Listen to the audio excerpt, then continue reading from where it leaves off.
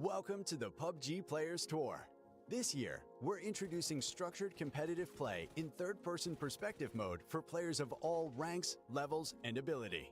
Here's how it works in EMEA and Americas. PUBG Players Tour competition is held in 2-week phases. Each week, you and your squad can compete in player scrims. Think of these as a great alternative to ranked play. Each day of scrims will feature a variety of maps, with defined team and lobby sizes to ensure a balanced best-of-3 rounds. Teams will earn points based on their performance, and daily leaderboards will track their progress. When the scrims are over, the top teams will qualify for the PUBG Players Tour Cups, where they will be joined by up to 10 invited teams, featuring some of the best players in the region. Players' Cup leaderboards will track team performances across 2 days of play, with the top 8 squads progressing to the final round of competition. Players Masters are the pinnacle of the PUBG Players Tournament. 8 teams from each of the 2 cups will engage in fierce competition for a huge prize pool in each region across the PUBG Players Tour season. And for times when a Players Masters isn't scheduled, you can still get your PUBG Players Tour fix with Super Cups. These work just like Masters events, where again, 16 teams, 8 from each of the 2 previous Players Cups, compete for a share of the total cash prize pool. Welcome to the PUBG Players Tour. You know the game. Be a player.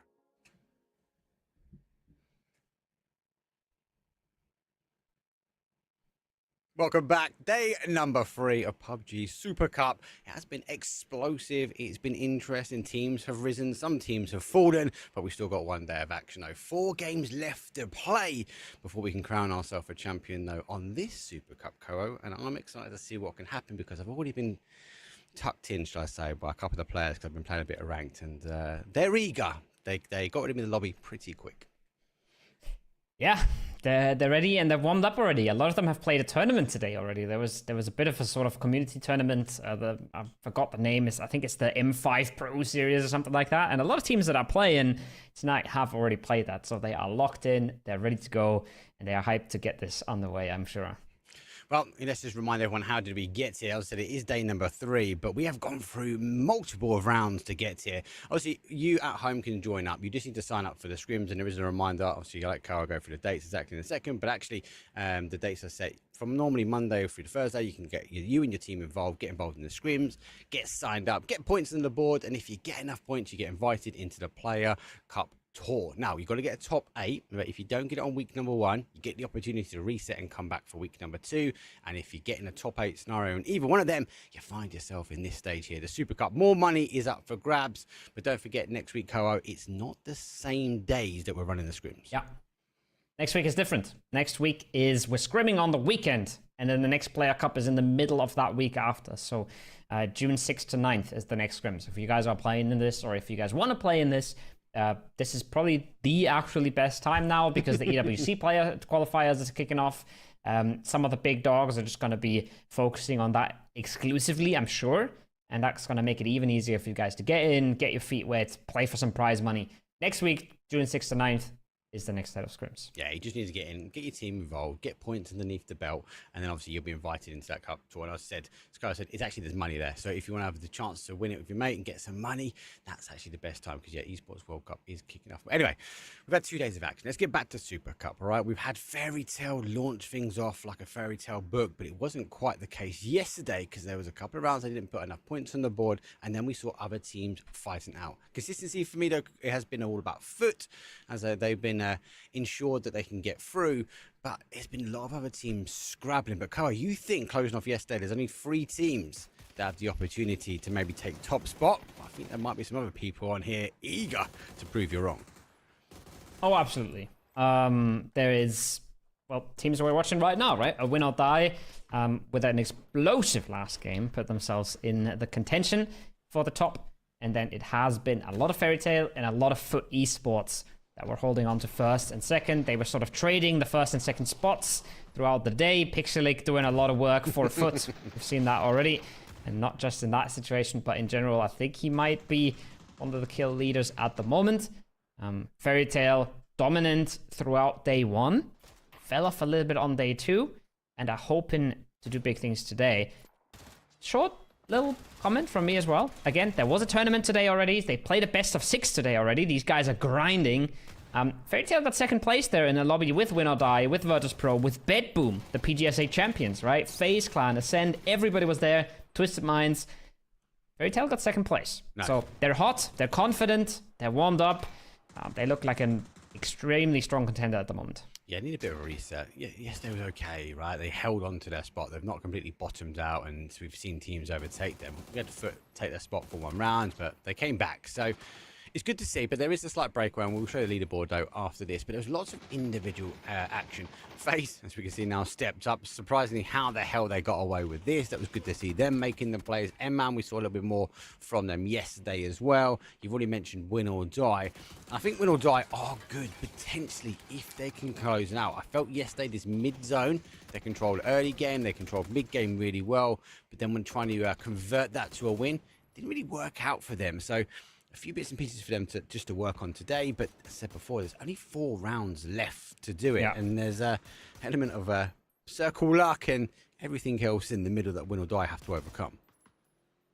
For sure, and this is now the point where if you didn't put in the work on day 1 and 2, then you can't really complain about getting unlucky today, right? So, and everybody has already had 8 games. Now there's 4 more. There's considerably more RNG in these 4 than there was in the first 8. So it's the way the cookie crumbles. If you're in a position to win the tournament today, then sort of job done. But I can assure you that both Fairy Tail and Foot, even though they are tied for first place right now, have a lot of moments where they say, oh, we could have gotten so many more points there. If we only did that, if we only didn't mess up that fight, if we only rotated a little bit earlier or a little bit more around.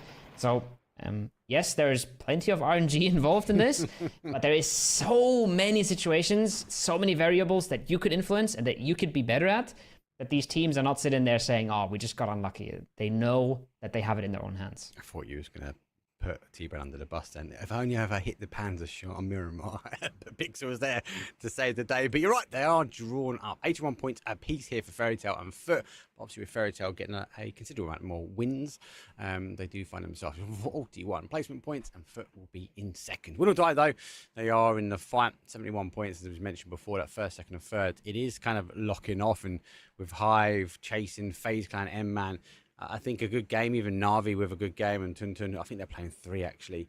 A good first game might change that leaderboard up, but it's going to be really down to that first game. And here's a little bit of a comparison between Foot and Win or Die, Koa. Yeah, that is our second and our third place at the moment. And you can see a bit of a difference in the placement points, right? Kills, sort of similar. Placement points is where Foot have really separated themselves from the pack. Other than that, looking super similar, right? Average damage dealt, average damage taken, incredibly similar. But Foot just a tiny bit more efficient at converting the points. Yeah, and I think that comes down to those placement points, right? And here's our kill leaders. Pixel obviously is one of the, well, he is actually the top kill leader. 19 frags for him, so he's definitely holding Foot up there and keeping him in the conversation. Anti obviously is down for 16, but it's nice to see Win or Die sneaking in the middle. Levante, he has put a massive amount of work in yesterday, I felt, and actually as a result, he's got a place in this leaderboard. Yeah, absolutely. ATX, you got to give him a shout out as well. That man's been carrying his team, but we won't make you wait any longer. We have a game on our hands, so we should jump over to Miramar and see what our gamers are up to. I'll have another point about Tung Tung Tung Sahur to make, but I think we should be jumping into game here. And yes, Observer is cooking again. Look who's back. Double cook. He's going to go through. Double building, double through the window. The plane's gone. And he's going to turn left. No, it's gone the other way, isn't it? It's gone well past that. Oh, clean. Super clean. Jesus. Love it. I love it. Oh, it's a replay. A replay. So he might have done that 3 or 4 times. But anyway, the plane path there is the south up towards the northwest. Double action, though, from the Observer. Lots of early drops as well. I think Tun Sohura is a 3, I believe, this first game. You can see just duking it out with Mixie there on the car and Hastolets here. They are a 3. Quite a bit of an open gap there between Loss and everyone else kind of in that mid to late of the plane path. So good flight path here, a good split. No early action to kick things off. And now Tung Tung Sahur is again playing with 3. ATX is in there, Akim is in there, Exelias is in there. This is not the first time. It's not even the second time. They have Exelias, who's only played 6 matches.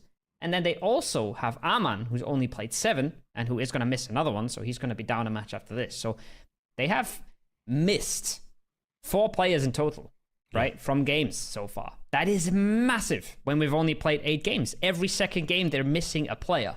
So super, super rough for them and very impressive.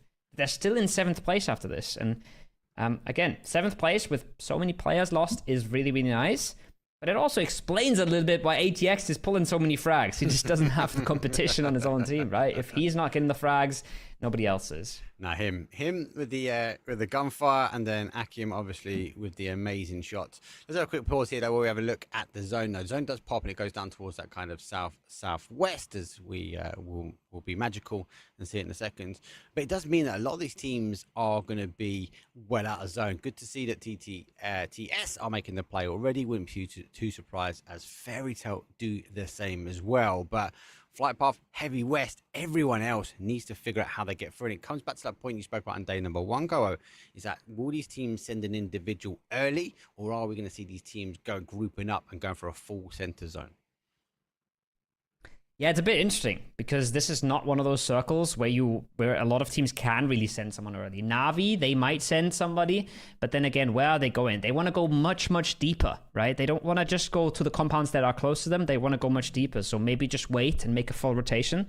Tung Tung Tung Sahur, we see at the bottom, power in numbers. They only have 3 members. They also can't really afford to split up too thinly. So there's not a lot of teams that really have this kind of incentive to send someone early. If we had a Monte team here, for example, they would very quickly send someone up to get all of this information, right? Get all of these angles, high ground, see what's happening in front of them. But none of the teams that are close to this circle really have obvious paths and obvious plays to send someone. So this is a bit of a different one. If the circle was just a little bit further north, then we would see Sakura Zensen taking one of these compounds. We would see Na'Vi taking some of these compounds. It would be a very different story. But because of the way that the circle shifts, we're going to see a lot of wraps around the edges, and then we're going to see a lot of teams just staying close together. It does open up the opportunity for some of these players. If they want to set up a trap to try and catch these rotations, they can do, but they've got to be there first. Don't forget, we see a lot of people play down towards that southwest island, that southern island on Prison, which does mean we're going to force everyone to the top ground. It's difficult. If we see a southwest shift again, there's an opportunity that it might go there. It's very rare. I have had a Partona ending, but it's not going to be in this style of zone. But for now, Keta leaves his team. He gets ahead of Bushido here, a team actually which has been caught out on rotation. So it's good to see them actually trying to rotate early, trying to rotate ahead of some of these teams. Krasensen, 2-2. Realize there's cars in between them, but a few shots are going to be popped off, and nothing major should come from it. Just going to cruise on by. They have been out-rotated, but again, they still have a fabulous rotation route. If they just send it down the road that Ketter's on right now, and then they start playing up the game from Church or any of those western edges, they have plenty of space, and they will know this as well, right? They know that the western side should be fairly clear. You're dealing with 1 or 2 teams around you, and one of those teams is Bushido that you have a reasonably good track on, so you should have lots of space. They just gotta not sit around and let it go to waste. Now, Ketter seems to be the only one moving, but he's got to be a little careful, because not only for himself, he's just telegraphing the play here. He's basically telling Bushido, hey, we want to come down this road, and Bushido is instantly punishing. Early aggression, Metabay takes He-Man, who's even just brave enough to shoot back there in the middle of the open. Instantly punished for it, but Iroh gets one back. Oh, it does get one back. Metabay, get with the tires now. Going to stop Tekka's the ability to move out there. Obviously, you have got the knock, and He-Man is in that road. So if they want to make a res, they've got to be quite aggressive. They've got to apply an element of pressure over towards Bushido. Get it out further afield. He has been spotted. So Bushido, they've got the opportunity in their hand. That knock, though, from Sakura Sensen does mean Bushido doesn't need to move, doesn't need to overcommit too early. They just need to try and catch some of these players moving out to try and grab that player. Might be Keta going for the res in the smoke now. Might be going for an angle, but he is well known, well spotted. Shots come out. Nothing connects. Katurkin puts a few bullets in the car, but no damage dealt just yet. Now he has to be careful. Doesn't want to get knocked himself. Iroh still has that Dragunov, still has that one-shot potential. And Keter is actually going to be very handily getting that res. No problem at all. Celtic's still looking at that car. I'm not sure where the knock is. They didn't realize. He-Man has crawled so far. It's a really simple reset for Sakura Zensen. Really well played. Really well played. Obviously, the bodies in the compound kept their heads down. The pickup, put in the back of the car, away we go. To execution, secure center, we looking to fight now. Mad negative, though. Catch Conquest, does rotate past, looking for those wide rotations you're talking about. Looking now for the tire to spin the car. It doesn't quite get it. It swaps over towards the Mini. A couple more shots go his way. Eventually, does pop the tyre. They got it. They've got the tyre, but he needs to get the reload on. He needs to take advantage of this one. The car continues to go. He gets out. He needs to be cautious. He gets back in. He just reverses it back into safety. That reload cancel, when it works, it saves you 0.2 seconds maybe. Yeah. When it doesn't work, it costs you 5. And it just cost him 5 there. And it might mean the world to Cramsey, but Shro is there with the MK. We know Shro's a menace. Close range, long range, doesn't care. Puts him down. And that tire spin was so valuable. It's so strong to be going for these tires. M-Man gets themselves their third. Because they've already picked up first, too, while we were watching Sakura Zensen. They have been rotation camping a lot. They love it. When they don't have prio, they set up something on the edge. And this time it pays off. That's paid off. Again, these early kills, it's kind of setting the tempo, I feel like, for today. We've only got 4 maps, we mentioned before. So this is the last Miramar for the Super Cup. And the team looking to try and maximise points. Free side, done well. And the players 4. Cup. To convert, does get him as well. So Bushido find themselves yet again in a fight, but this time they've got the down body. They need to see if they can do an emergency evacuation. And remember, that's the second, right? Remember, they lost one earlier. Yep. So that's the second player down. That's a free side that, no pun intended, they came in from that free western side. They had all the time in the world to track the kill feed mark. They will know that this is a 2-man. If they've paid attention, they should know that this is a 2-man. That glider might distract them a little bit with that car being hurt now, with the shots coming in. They know exactly what Bushido's up to. Can they stop it, though? Can they find any more connections? That's a different story. Oh. Not the best car to be going with, but I think Bushido's going to come out unscathed. Bushido full send to the compound. Not quite. Does catch him too as late. well. Does catch him. So unable to get back. Does go down. The speed of the buggy, the bump might have just delayed slightly. Secure Sensen with the glider looking to provide some punishment back. They're on towards the bridge. It's going to give him such good line of sight back across Val the Mare. E-Man does count the car. Now he's trying to find out exactly where these Bushido players have pulled up. He's going to be using the ability to look around to his advantage. But don't forget, they've got the glider as well. They're going to have a lot of dynamic abilities to pick up information. And that's without Iro doing some stunt tricks. You better not be falling off, though. Oh, what's he planning on here? That's a strat, that is. Stuck? That is stuck as heck. Can't park there, mate. That ain't going anywhere anymore, brother. Unfortunate. Quick Spanish lesson for you, Mark. Valle del Mar. Beautiful. There we go. Not good languages. That's all right. That's a classic English first language person, you got every language you need in the world. In the one. All in the one. One and done. Here comes the shift. Does go shift back towards the northwest. We lose the prison islands at the bottom. And now comes the emergency EP from Esports. It wouldn't be too surprised for them to take that. But there's so many teams populating the south. It might be a race for some of this high cover. This is a crazy circle for a lot of these teams. Lots of space on the west, but how do you get there, right? How did you get there? Yes, you can go through the Valle Road, sure. Yes, you can try and go through the north, but there's not that many ways to get south from the north. So, rotation routes, not as easy as you would like. Brex spinning out and deleted out of the car. Rox is hitting everything again. That man's been... When he hits, he just destroys people. 1-2, thank you. Brex says goodnight.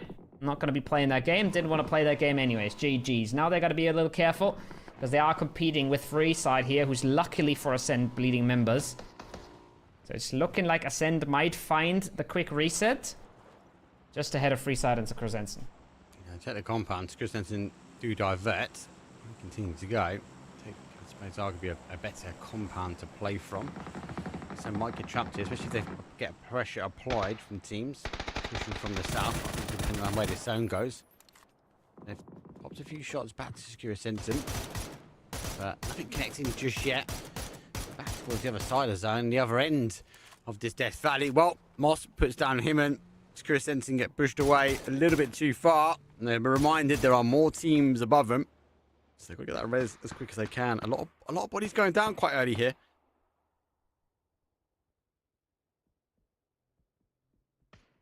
A lot of teams just fighting for position.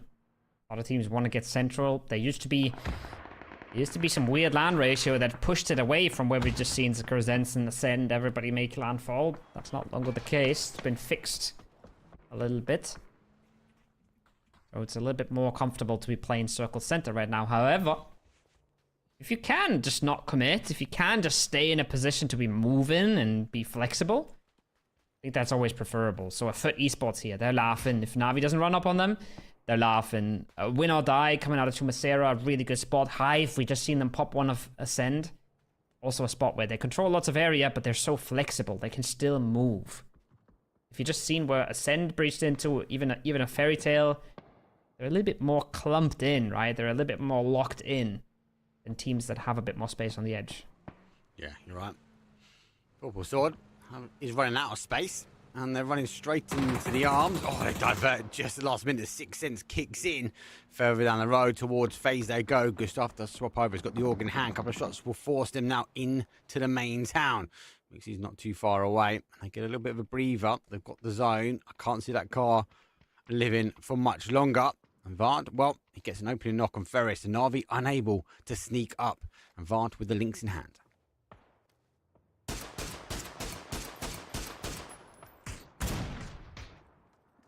Links in hand. Does he have 0 bullets there?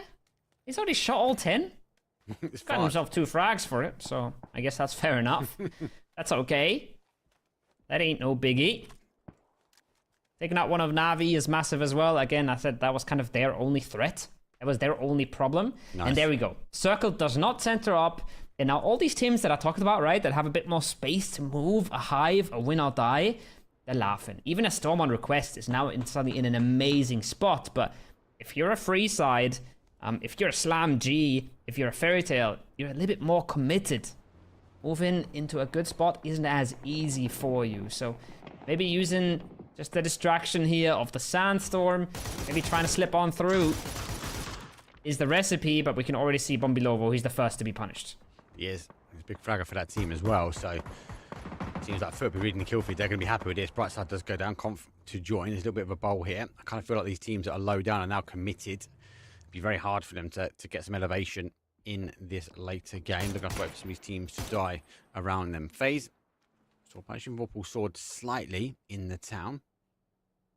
Tun Zahura does join as well. But don't forget, as you mentioned before, they've lost the zone. It's shifted back towards that northeast corner. It hasn't centered up. So there's a time bound. The blue zone will force these, and they need to now think about how and where do they go. You can see Jeems and Fex already making a move to a bit of elevation. They might be trying to scout ahead, try and get the information that Bushido is laying in wait. That might change the path in here from FaZe. They'd love to lock these points in before they do anything. They'd love to play out of the city, but they don't have the prio to do so. A knock here from Jeems would have been absolutely massive. Still looking for it. Surely. What's going on there? Metabay just proning behind the tiniest ridge. Jeems is, I think or Fex, he's sitting in a car. If he jumps out here and he gets the crouching recoil, he might be able to connect these, but that knock would have been massive, because then they would have seen, oh, it's Bushido. These guys are down too. That's a solo, and then instantly you're pulling up, right? But not getting the knock means they're not getting the information. Gustav finds Sabila in the town though, so that's going to open things up a little bit. Fairy Tale has to run away from the mortars, and they're getting naded from the top. T-Bone, he's not the best with explosives, but he has connected with a few bullets. Seems like it's damage again for him, but nothing that converts into points, at least just yet. No, here comes Demoli, goes towards the smoke. I don't know if he can peek all the way down. Slam G might punish him as well. Trying to get the information. Yeah, you can see actually even Freeside further down the road. It's going to cause some issues. There's a bike, so he's able to get back to the team. ET is coming this way, and here comes the push. FaZe without the opening knock. They've had to play a little bit lower down, but they've kind of leapfrogged slightly ahead of Bushido here. And Jeems, we're still anchoring, still looking for the opening knock. And if that happens, FaZe should collapse him pretty quickly. They will anyways. They will collapse anyways, because they know Bushido's out of zone, so they're going to try and cut them off. They're going to try and clear them out. They might not have kill feed, But they have realized either way, this is a duo. This is where we want to get in. This is the fight we want to take. Ascend has been decimated to a 2-man as well. Meanwhile, Xerath has gotten himself flushed inside the compound. And FaZe is looking to work their way through this. They're not going to rotate around, at least just yet. But Bushido isn't giving them anything, Mark. So maybe they actually do have to rotate after all. SlamG see the zone shift, and they get shifting as well. Does play back into their hands. You mentioned Hive. They need to move. They just need to make sure they don't get crashed. They are split to a side on the road, and we've seen teams crash into positions like this, but it's not quite in the central zone, so other teams making the play. SlamG do get the shack. Kite goes further afield. Him and Chris still remaining. Ascend early. I think it does pay off now for Team Ascend. They're able to find a little bit to play. They do pull a little bit more towards the center of zone. Chris knocked on the way to the shack, though. Killy taking damage as well. Does he make it in? It looks like it. Nope. Killy goes out as well. Ascend out in 15th. They had some great games, and they've had a lot of just absolutely mediocre ones. Fairy Tail gets pulled up on by the train that is Sakura Zenson. And FaZe is there as well. I was wondering, I thought that was FaZe, and then suddenly Sakura Zenson is in there. Not looking clean for either of the teams right now. Fex is knocked. Gustav gets one back. Tek is the last one that has any HP to work with, but no idea where he's being shot from. Sakura Zenson blows up. FaZe down to 1, I think. Yeah, FaZe down to 1. Mixie's further afield, though, but we saw Hive get really involved with that. Sakura Zenson and FaZe put up the same side. Freeside looking for any kills that they can claim. Already on 2. There are some down bodies. Mixie now does arrive. There is a smoke, so he's going to see. Maybe have to go for that re-smoke. He does go for that re-smoke. That's going to give him some time, but it's giving the information. Crazy. He launches a nade. That should bounce nicely, but does it bounce towards or bounce away? Oh, it doesn't quite make it. Gets caught. Second one comes in. A bit explosive damage, but it's not going to be enough. My number one pet peeve is when players cook nades that don't need to be cooked. Players love pressing R every single time they throw a nade. And then on that first one, he just cooks it maybe half a second, maybe a third of a second. And that costs him probably the double kill there. So it is rough. It's a bad habit. Habit you want to be breaking. Tung Tung Tung Sahur getting pulled up finally, getting tested for the first time. Bushido is in the compound. But it's not even numbers advantage. And it's a knock from onto Celtic, excuse me. Gonna make this a whole lot easier. Nades does not connect for ATX, but takes the sound away, takes the audio away. If he finds any other piece of util, he can swing this, and there it is. Exelize takes up both of the frags, but Tung Tung Tung Sahur, they stay clean in this, and if it wasn't for Experizi behind them in the blue, I'd say they'd be in a good spot. Yeah, he's there, he's lurking. Does he fight? Does he take the fight? No first aids. He's got no first aid. He has to run on through, and he gets his head completely taken off. ATX was disappointed he didn't get any kills of Bushido. But he waits around long enough. Claims football sword. They're going to fall though. 11th place for them. Freeside still going to be happy. They've got the high side. They're going to hear these shots. Might draw their attention back towards TTTS. ATX, well, gets an opening knock. Foot Esports looking for the steal. And Pixel, well, he puts another kill underneath his belt. Crazy's down and out. And Freeside, they've got to fall back to a bit of hard cover. Disaster. I heard it's my number one used word, but that is disaster for Freeside. Losing a player in a compound to a team that it's not in the zone and wants to push you if they can. Rough. That's the worst kind of thing to happen. Losing a player in a rough position is always possible. Losing a player in a good position hurts all that much more. Interesting the difference maker there on Burizi as well, Mark, right? If he just had one more first aid, he could have blue healed one more time, and he probably would have still been alive, or would have backstepped Tung Tung Tung Sahur. But because he has to run, ATX hears him, claps him down, and his game is over. M-Man trying to find something they can play on their side of the road, their side of the hill, and they do find a bit of reprieve, but they do lose one for the rotation. Yeah, one for the cost, but I do think it's a really good position. Obviously, expectations are they're going to lose again. FaZe need to apply pressure, but they're going to have to burn through smokes to stay alive here because they're fully exposed. So need to be all eyes from FaZe back to M-Man. M-Man are working their way across that south side of zone now, so you saw that knock happen. Storm have to leave from Sarah though. Will die. So looking to do the same. There's a few ridge lines here where these teams will kind of put up and play from. But you're going to have to really hug the wall. It's only a matter of time. If Win or Die get the opportunity to kind of look down, it'll be very difficult to get to nades, but it's not impossible. They just need to try and time it right. Not an easy fight for both teams. You don't want to lose players here either. You will need every single bit of manpower you can get to get off the mountain later on. Hive finally comes out of the compound. They are still looking strong, but they're going to get blasted by so many teams here. That being said, Nicative peeks over, wants to destroy the hopes of Hive. Gets himself punished immediately over the top. So Dante gets the chance to peek on over, picks up a freebie, Fex nade in hand, can't help Mexi at all. There's Rocks falling, and there should be more shots coming into them. What a nade from Fex. He's going to try and make it rain, but any time now, Dante's going to overpeak just a little bit further. Gonna look to find it. That smoke should be safety for Fex, but he doesn't want to just sit in safety. He doesn't want to give them the time here to reset, Mark. No, what he needs is for Emman not to go down as much. Another one will fall. Hive, great nades back, but yeah, outstanding nade back from Fex, looking to try and cause some damage. You kind of launch those nades towards the smoke, doesn't quite get the connection. They do get the res back on, so it's a 4 versus 1, but Fex is in the middle of the zone. He needs Emman looking his way. Shro now is going to go for a peek over the top, though, on the other side, but Storm also doing the same, and Storm providing so much pressure to Emman. He can send them up, they get full back to their cars. That there is not helping Fex, and he has to keep dancing the dance around the smokes. Yeah, and while Storm on request is blasting Emman, they're getting run up on by Win or Die on the hill as well, so I'm not even sure how well that's going to go for them either. Emman, they want to find any sort of damage they can. They would honestly like to get involved in that fight, right? They would like to get down off the hillside while FaZe is still busy, excuse me. They gotta find the right timing. They gotta find the right timing to just make a breach somewhere, and so far they're getting blasted from all sides.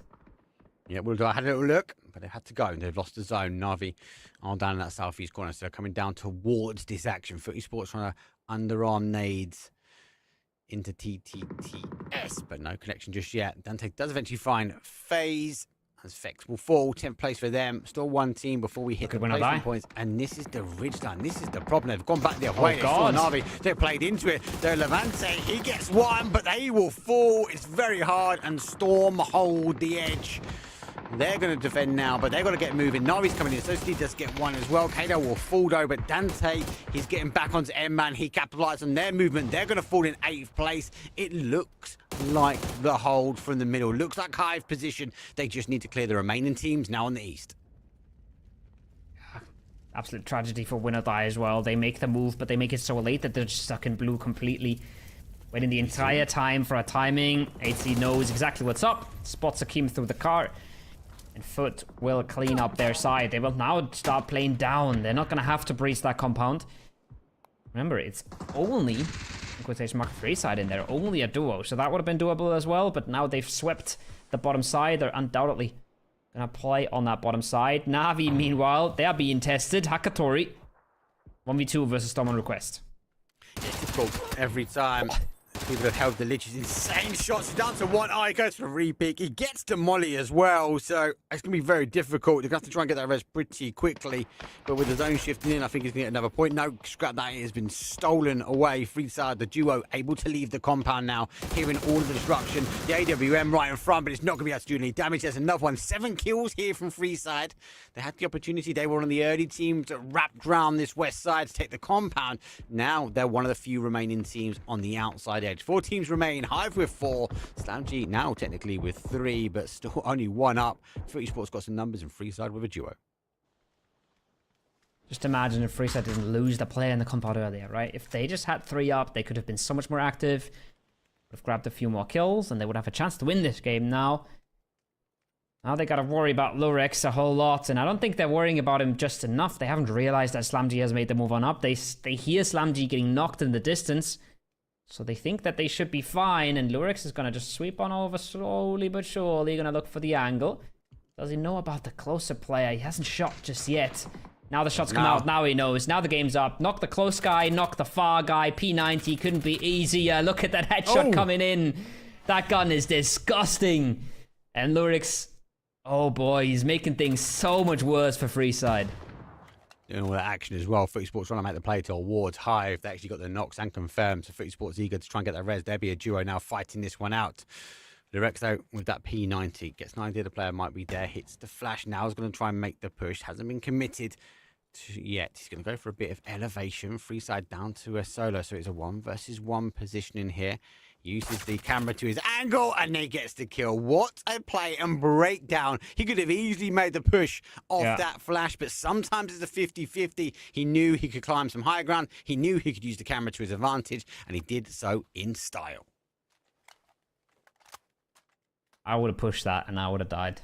I'm just saying. That was very smart, very clean.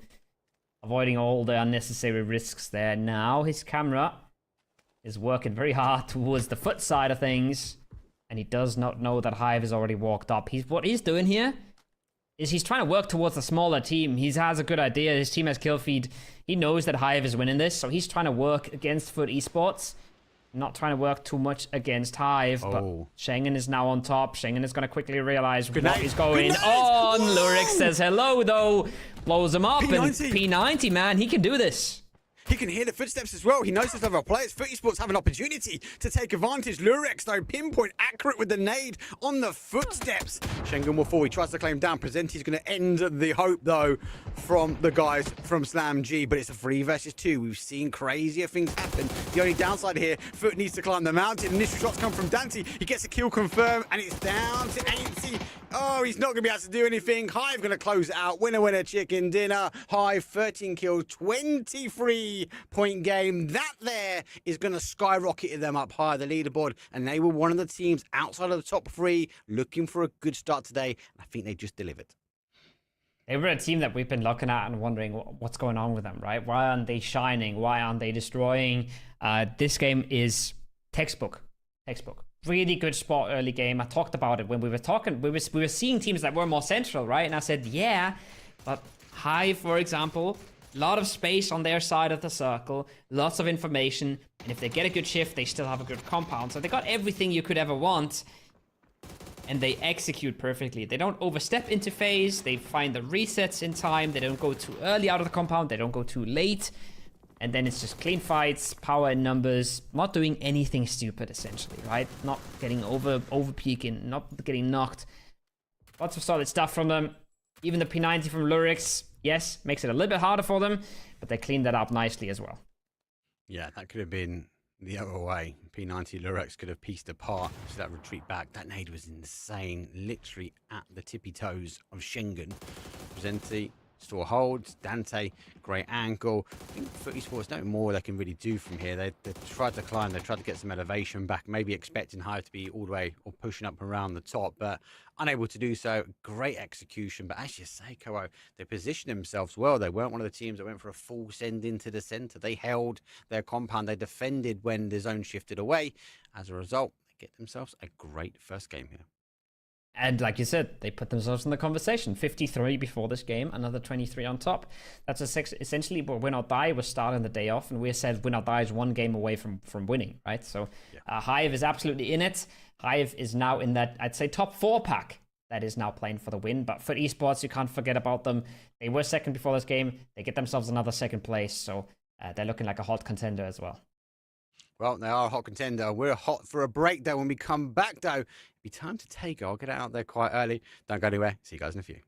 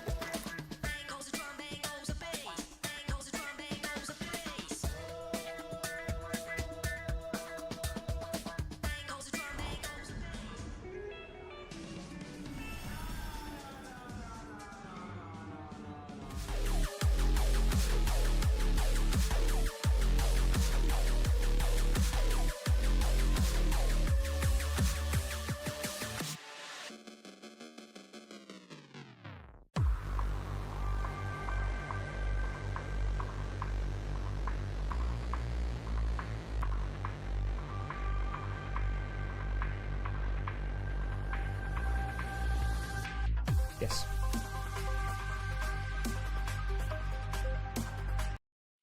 Welcome back, everyone.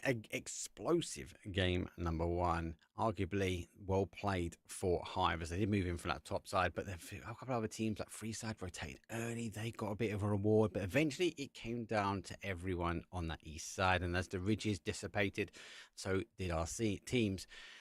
But you've got to bring it back to Hive Co. They played it so well, and they now put themselves with 3 games left to go, potentially in a talking point that they might be able to leapfrog off of this and contend for a top spot. 100%. They are firmly in the conversation now. 76 points for Hive, now in third. Looking solid. And then we have to talk a little bit, of course, Foot, get a good bunch of points done, so they consolidate and they lock themselves in as the favorite for tonight. But we have to talk about Win or Die as well. They were in a solid spot on that hill, right? And they had a bit of time to plan their move. They didn't want to make the move into Na'Vi, which I think was the correct decision. But they couldn't get that move going. They couldn't find an opening knock on Storm on request. They didn't figure out when they wanted to go down and how they wanted to go down. And when they did, it was an absolute tragedy. And they died in an instant. So if they could have pulled off that move, then they would now be the team we talk about. They would now be a team on 80-something points, right? But yeah, it's these small little things. Maybe it's just the entry knock that was missing. But it makes Win or Die now just in a bit of a back foot position. Yeah, I couldn't have disagreed with you. I felt like for me watching that map feed, they were playing towards that Na'Vi and they saw them or heard the shot, so they went back the other way. And it was like they didn't have like a plan B. That's what it felt like to me. So they had to go back. They knew Storm requests were there and they didn't get that opening knock. And as a result, they unfortunately failed. Donimals will fall. Head-to-head stats though. Esports obviously are top of the table, but Hive are hitting hard. Average damage higher, nearly damage dealt. Damage dealt not quite as high, but they're taken huge. They just need to get those kills up, right? And I think you got to remember this is across multiple days, so Foot have been super consistent. What I fear from me when we talk about Foot very quickly is we've seen them in this top spot before, and they were fighting for a top spot.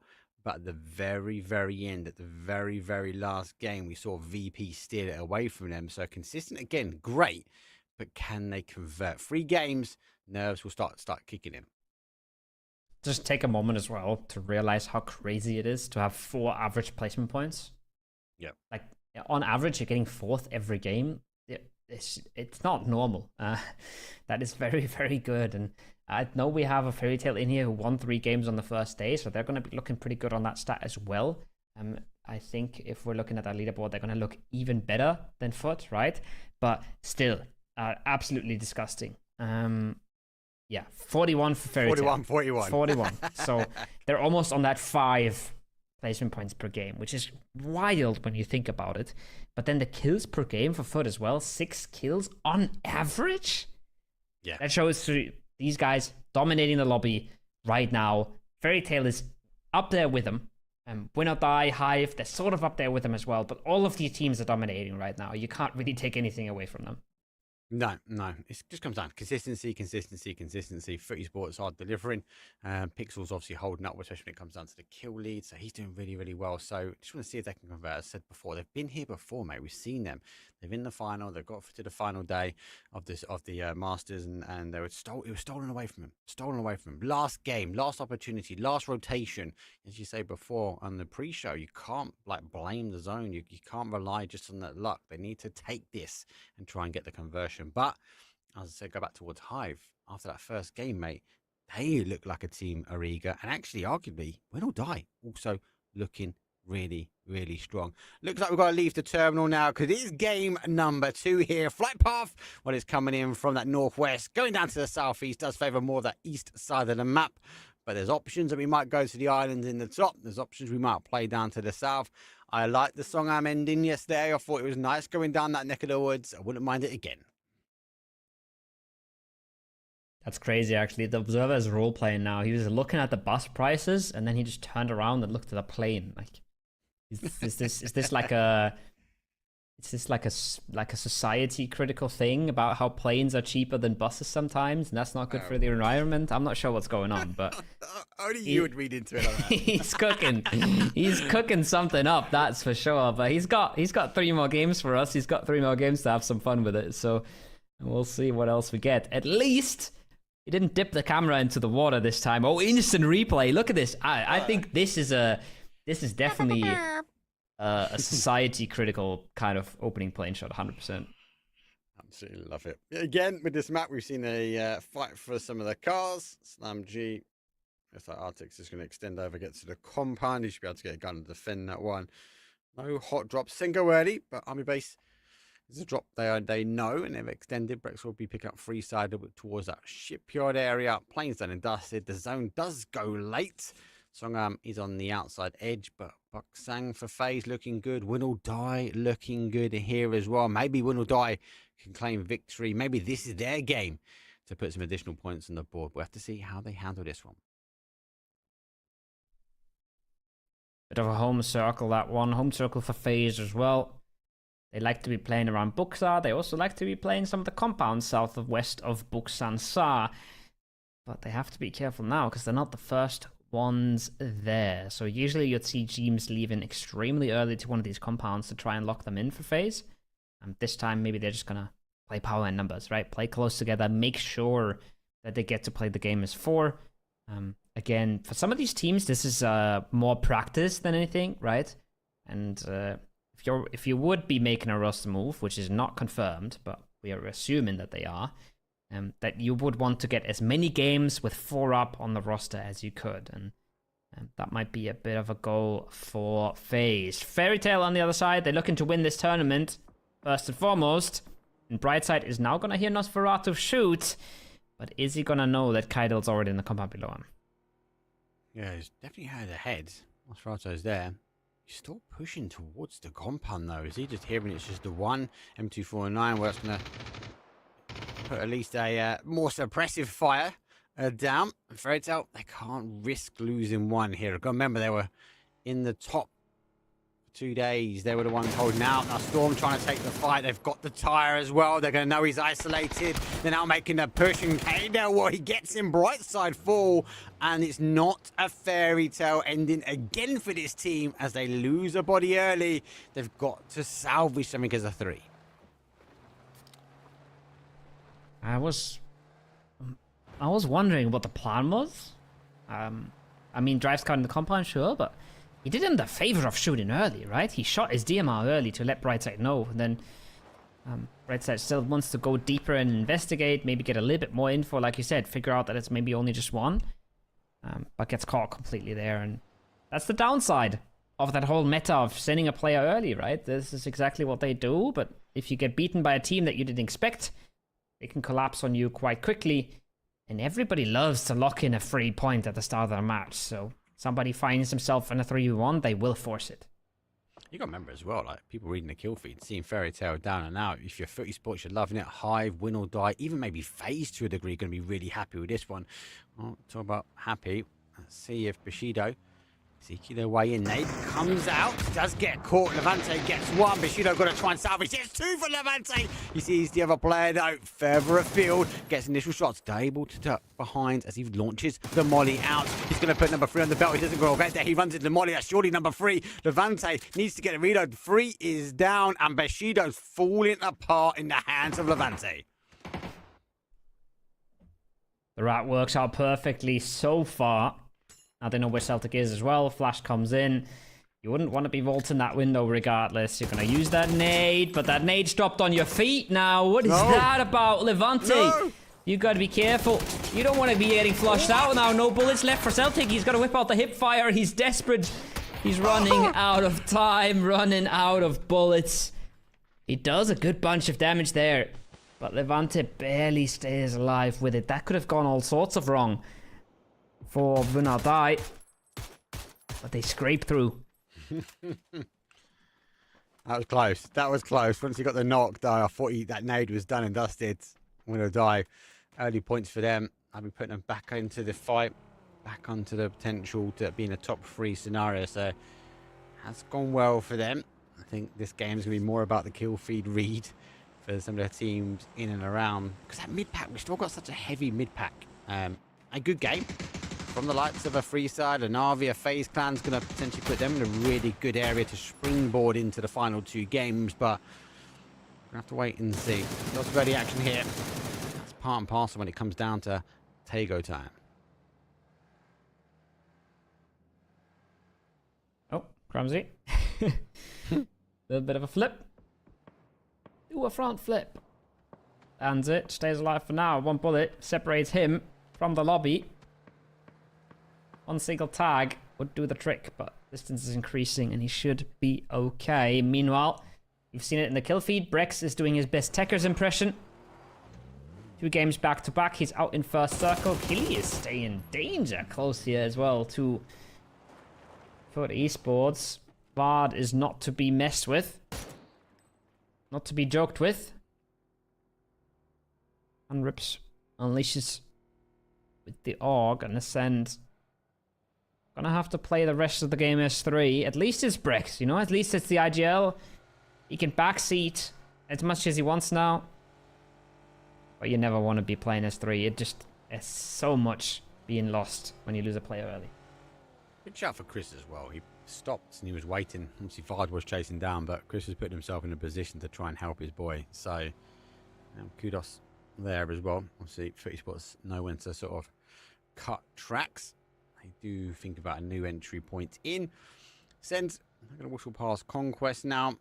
They are down a body, but as you mentioned, yeah, having the IGL, it's not a bad thing. You can kind of sit and farm information between all 3 players. And as I say, joystick players in. But he's not going to be doing it from the glide up. He's going to be doing it from the comfort of his seat now, watching the rest of these guys play. Conquest get moving. You are seeing Freeside just moving on past.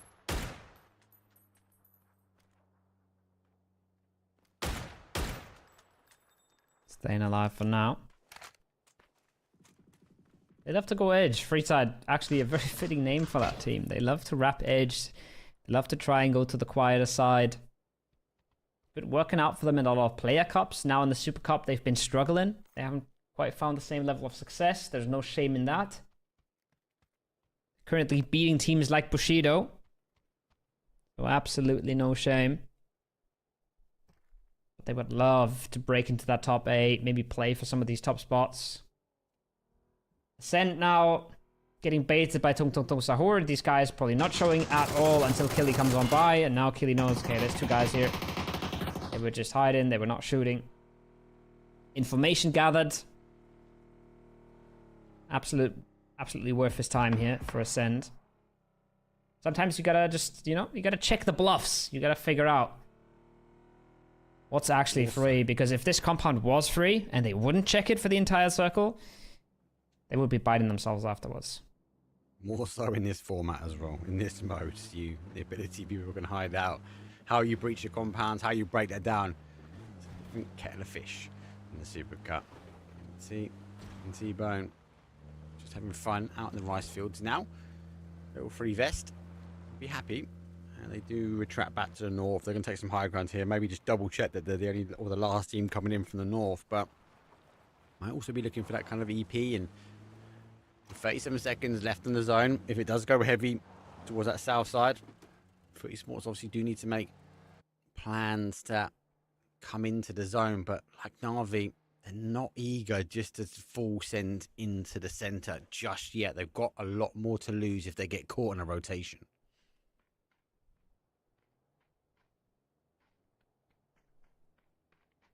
Yeah. Different ways to approach this one. We can already see now some teams have gotten the positions already. Some teams are looking to pre-drive. If you're looking at Foot right now, for example, they're in cars already before the zone pops. How does that help them? They're going to be faster than Na'Vi now. They're going to be beating some teams around them to the punch. Other teams, EP, Sakura Zensen, bit late to the party, but at least they're flying now. And you say Sakura Zensen is late, but they're one of the first teams to make it down here to that corner at the bottom. Excuse me, whoops. Down here to that corner at the bottom. There's only 1 or 2 teams that are there faster than they are, so absolutely worth, absolutely a good tool to be using. And if you don't want to rotate, if you just want to take fights, if you're Foot Esports, then, you know, you can pull up into someone's face and just forget about the circle, just take the fight. Yep, it looks like that's the case though. One apiece though. Ainsley pops up, he gets shot. T-Bone! T-Bone! You can't get points for shooting your own player. Ainsley gets the confirmation, he looks back and T-Bone must be going, it's definitely not me. There was another player back here. He's blaming Ferris at the moment. Nade will come back. Vard launches another nade back towards the tree. That's good. Doesn't quite get the connection. Here comes the collapse. Drive-by is going to come through and Ainsley will get the confirmation. But he gets caught by Vard's nades. It's going sideways here from Foot Esports, but they seem to be surviving out somehow, some way, and even with T-Bone providing an additional point of cover. That is a solid bunch of team damage from the Foot Esports squad there. T-Bone a little confused when he jumps out of the car, and then, yeah, 88 gets to feel a bit of the explosiveness as well. But they do... I do dare to say they do win that in the end. Hakatori trying to consolidate. But I think it went better for Foot than it went for Na'Vi. Xerath found for Ascend. They're down to just one, I think. Maybe down to two. And that's Hakatori now going down. Extends, 1 HP. Trying to get the hell out of there. The potato truck. Not the worst vehicle in the game anymore. It's been buffed a few times. It's actually relatively speedy now. And it gets Extends to safety there. Yeah, it's not bad. They've lost one. For Esports, Pixel's down. But as you say, they just wanted to take the fight. The zone did shift away from them. Get an opportunity now to reset. FaZe have been unshifted. That's one of those compounds we see this area they play a lot of. So again, they're just going to try and hold from their drop spot. They want to make sure they ensure now they're the most team heavy in the north. We do have a bit of water in that south west corner, so zone has to play away at some point from there. But again, how much towards hospital should we go? I think the likes of FaZe, the likes of Foot Esports, they're going to be happy for more of a north shift. Ascend on the other hand, well, they've been able to find another compound. They've threaded the needle, so to speak, as they've rotated past multiple teams to find a new home. Yeah, gotta correct myself there as well. I was getting baited by the Sakura Zensen player dying in the parachute. I thought somehow Ascend was the one getting instant, but Xerath has actually been res, so they're still 3-man up. That's not all too shabby. Not a great position they're in, let's be honest. But they are living. And unless somebody around them has a lot of blue zones or is good at shooting Panzerfausts, then they should be okay for a little bit. Now, 20 seconds after the phase comes in, we see a lot of teams stationary, and we see another team hopping on the EP. FaZe Clan on the map right now, if you're watching the map with the watch together. They're prepping that EP, and they're going to take it after Circle Pop. There is no way that's arriving before Circle Pop. They're going to be a little late. Should have pulled that one at least 10 seconds earlier, but it is what it is. They're still going to be in an okay spot. If they want to jump on a center compound, they can. But you see it right there. They have decided Forest is still good enough. We can play our edge. If it was a hard shift south, they would have been on the EP. But because the circle is reasonably playable for them, they would rather play what's ahead of them. This is remarkable as well. Win or Die getting gifted with the zone. We do lose the water. They're still going to hold a potential greedy split. That's going to force other teams to fight around the outside edge. There's a few bulbs and crevices that people can play. And that's where we see sort of FaZe maybe playing that north side. But apart from that, it's going to be explosive. We're going to have a few teams sort of come out from the south, and they're going to be bleeding. They won't be potentially full numbers. Hive in a position now. They've got to really dig in. Vorpal Sword with a big 2-2 split as well. Win or Die at the moment are just making noise, just proving to a point that actually this is our terrain. If you want to come crash, and even down to that side there, Laos is on one side, Hello My Bad's on the other. So a FaZe, given the right time, getting the right information, they could go for an aggressive crash here if they needed to, but not just yet. Yeah, once they figure this out, they should be going for the crash, and there's a good chance they never figure this out until Win or Die actually wants to group themselves. This is a classic, right? We call this puffering a little bit yesterday. Talked about what you can call it. They're showing presence in both of these compounds, and they're pushing away everyone around them. A valid strat there as well. Okay, next trick out of the handbook. When you have a 2-2 split like that, right, and you're splitting very good compounds between each other, shoot at each other. Everybody that sees you shoot each other goes, oh, okay, that's two different teams. So this is not a 2-2 split, right? It's much, much harder to read that way. So Win or Die, they're not only shooting, but they're also shooting towards each other to give you the illusion that this is two different teams occupying these compounds. And that's going to make it a lot harder for other teams to punish. Co-planes. co hour where we break it down, all the crazy plays that you can get away with. But you're right. People will look at that and go, yeah, I'm not going to crash that just yet. Let's wait for an opening knock, potentially, before we make the crash in.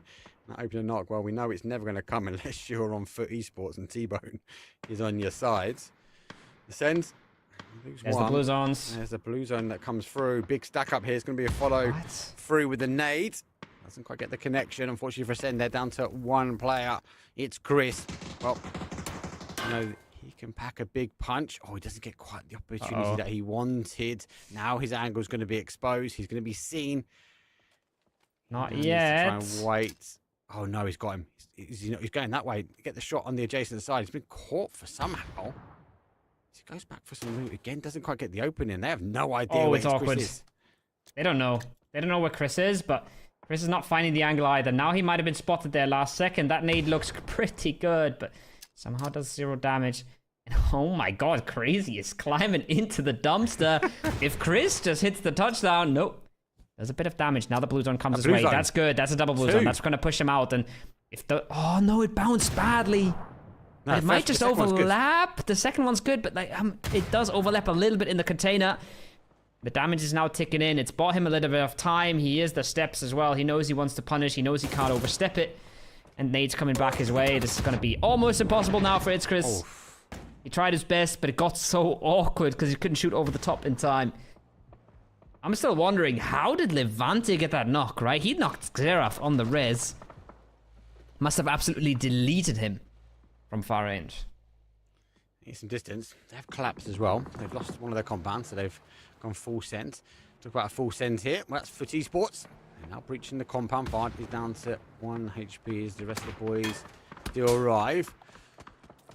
It's going to take the opportunity now to get made back on. T-Bone needs to do the same. They are applying pressure, but they have caught Freeside out here. They've caught them making a push towards Ascend, and they're going to be able to isolate one. On the other side of the zone, though, Hive making a rotation all the way around. They need to find some sort of entry in towards this zone. There's not that much to play. There's a couple of rocks. There's a side angle. Apart from that, it has to be a crash in towards the compound. So an early rotation here from Hive. They're going to have the opportunity to stop if they want on the top and do a bit of a scout.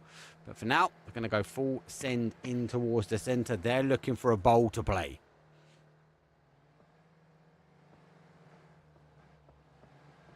Can find themselves some spots, but none of them are great, I'm telling you.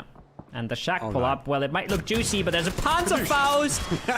It's the Panzerfaust bug again. It goes into absolute Narnia. It almost takes the apples off the tree. That pre-nade's looking good, though. That second nade he threw is beautiful, and that should do so much damage. Second player gets knocked. Both these players down to 1 HP. If only he knew how much damage he dealt. But he's getting the flushes now. He's going to cook another one. He's going to get it out the window. And oh, no! He doesn't hit the bounce. That would have been perfect. Jumps through. He might close this out regardless. No, he's been done by his own car. He's been done by his own damage. He runs out. That could have been so destructive. How did Hive get away with this? Look at this. Will or die. I want to close out. Hell of my bad's all the way down here. Blue zone nade short. The nade comes in. It does clear. And hell of my bad. Well, he gets 2 for the victory that he runs out. Gets an opportunity now to reload in the smoke. Get the meds back up.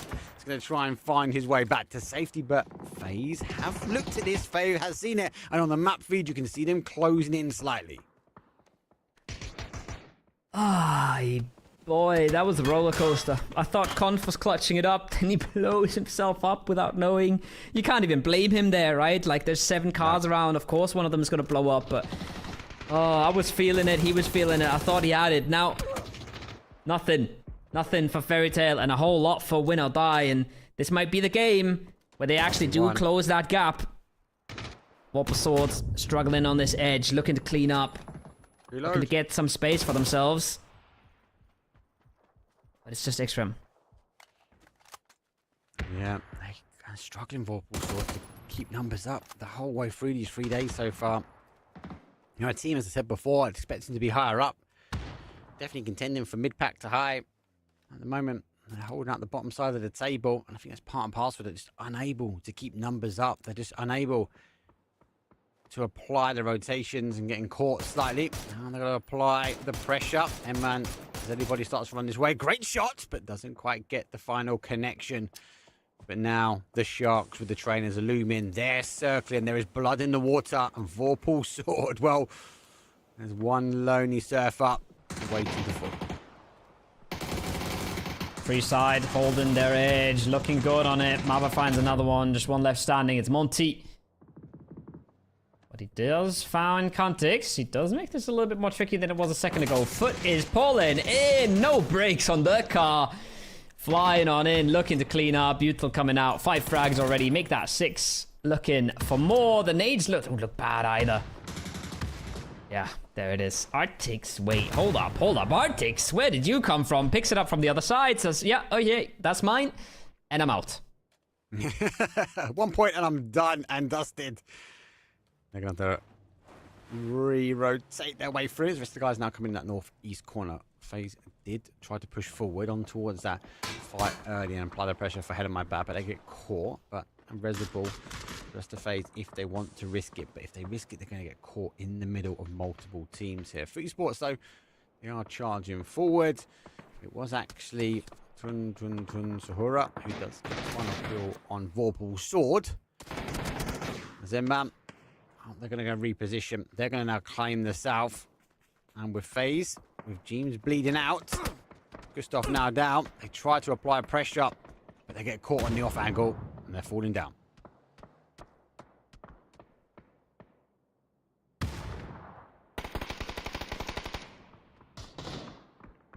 Last one for FaZe goes out. Slamzy coming out of the city. Hold up. Where's this man come from? He's got 10 first aids. He's just chilling. Last time we saw him was the fight with Foot, and he went north. Yeah. And now he arrives back at zone with FaZe number 5. He's going to make it in as well. Slamzy's going to have no idea. He's going to creep in. Going to live a little bit. He's in 6th place already. If he doesn't mess up the first aiding, I'd say he can easily get himself a 4th here, maybe. Which is ridiculous. Considering the fact that all he's done is med in the blue. Yeah. And run away from Foot Esports. Have to wait and see. He should get in. You'd expect Slam G not to look back that way anyway. It's going to be unlucky. I suppose it's going to be down to that med timing, which will fall. And man, on the other hand now, 6 kills for them. Good game. Again, still chasing the zone. Foot Esports neighbouring them towards the east. Win or die, holding the compound in front. Both teams can't live on this side of the hill. And there needs to be a victor, or one needs to rotate away. Foot Esports looking this way. Good shots come back, and Shrosho, he picks it up. Ain't well, he's going to fall. They've got nades, but they've got to get closer. There goes the launch of a blue zone. They're going to try and get the bounce. Will they get in the car? Do they take the push? They look at this zone, guys. It's going to be really hard for us to get in. Do we just try and get as much as we can? For Esports on the other side, well, down bodies, again, down options. Have both these teams got enough out so far? Looks like it's going to be a little bit of ensured destruction. For your Foot as well, you do not want to give this points to win or die. That's the main goal here, right? Fairy Tail's already out of the question. Your game's looking terrible. If you get 1 point, that's cool, but don't give any points to win or die. They get that knock, and that's a hard one to res, but it's absolutely possible, right? The smokes are there, the cover is there, so that's not going to be a point for Foot Esports, and as they do fall, they did not give the kills over. They didn't want to breach the compound. They wanted to push a team that they had nothing to lose to. It's difficult. It's difficult. Win or die have been punished as well. They've been eager to get out there and get kills, and they're down bodies now. As Navi does get 5th place. So, and he gets a nade. Mogor goes down. That's Reservoir. Great nade. Great Kobe from him, but unfortunately, it's not going to convert anymore. The new boy from Navi takes 5th place. He's been lurking out in the blue for some time. Hell on my back. Gets anybody as he tries to peek over the top. I do like this area. We've got a bit of hard cover, and then we've kind of got that sloping ridge from the middle towards the north. Tun Sahura is in a great spot. They control pretty much that whole west side. They've got to pray for another zone coming their way. Zakim charges on forward.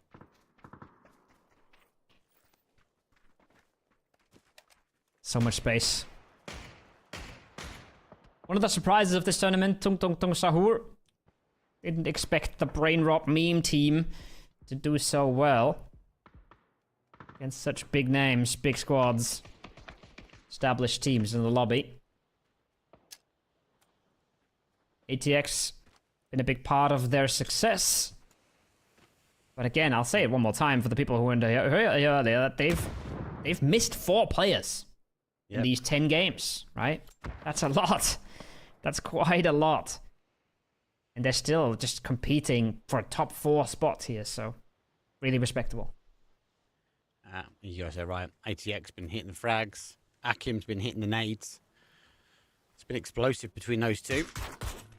But you know, yeah, you gotta do wonder if they held 4 bodies every game, they'd be in a top 3 position. Would they be the ones ensuring they might be claiming victory? Well, this is game number 10. We have 2 more games left today as we are playing a best of 12. So, final Tago for now. 4 teams now reign. It's a 4 versus 4 versus 3 versus 2. The 2 win or die with the most to gain from a victory here. And most of the opportunity to close the gap on a Foot Esports at the top. But at the moment, they've got to deal with a crash here, Kowo. Panzerfaust, nade over the top. Damage could be there. Oh, Leosh, he's taking his time with it, but he finds it in the end. See you later. There's another nade. There's a jump shot. Exelias takes down all of his teammates out of panic. Oh, it's disaster. I think he denies one of them. No, he even gets flushed, so didn't even deny a single point. 3 points for win or die. Everybody else in the top 4 is just making pain noises right now watching this. Ay, ay, ay. That was a point donation. The Panzerfaust makes this breach impossible. That is a painful. Talk about a well-used Panzer. It's maybe the first one of the event that we've seen. That's gone the right direction, but they go from 4 down to 1 instantly, and Artix will claim it. Unfortunately for TTTS, they're going to take 4th place. And actually with the rotation in with Emman, they find themselves in a really good spot. 4-man up as well. 3 gear and an almond throw. I haven't seen that guy bolt 10. Okay, I've seen that guy bolt. I've seen him bolt. I've seen it. I was here. Okay. Tick. Done. Oh my god. I was about to say, I know he's a demon with Diamas. I'm not sure how good he is at bolting, but oh man, yeah, On the move as well. He's okay. He's all right. He's not all too shabby. Would have loved if Lurix gave him the opportunity for another there. That would have been nice, but oh boy. Okay. Yeah. So 3 gear and an arm on Shro. They don't have tons of circle, but they do have Shro. Oh, what a boy. It's perfected time as well. Not seen him with a bolty. Hold on, Kowo. Hold my drink. I'm going to put this one down. Boostic, unfortunately, doesn't have the vest. Slam G have been fighting every little bit of playing of grass to get in here. They've down to 2 bodies. Got a good amount of kills. And Will or Die with that greedy split and arguably eager to try and get the kills and losing 2. They still hold the hard cover. This phase number 8, 3 teams. It should slow down. Smoss is going to try and deny the opportunity for the guys at Slam G just to move. And I suppose objective now is to get rid of Slam G, control the north, and try and keep Win or Die in that compound. And man, well, they've got the numbers to be able to do it, and they've got Shro with the bolt. Yeah, don't forget the rest of the squad either, right? Anybody's absolutely cracked at times. Mossboard is an absolute demon. And he does get to shoot. Mad Negative's been top fragging days and whole cups. So there's a lot of names on that roster that can pop off. On the other side, we've got a Boostic. Chat said he's overrated. I think that's a crazy statement. I think that man's absolutely insane. But it's a 2-man for Slam G right now. They're making an impossible move. They would have to pull off a miracle here. I think M-Man is going to try their very best to not let them while not taking any risks. Oh, that's an opening here. And Amabad eventually gets rewarded for leaving the compound.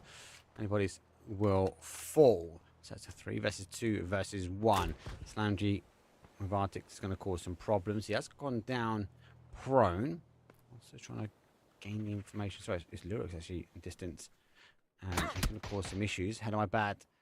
Looking to try and get one, but Mad Negative with that P90 puts Leosh down.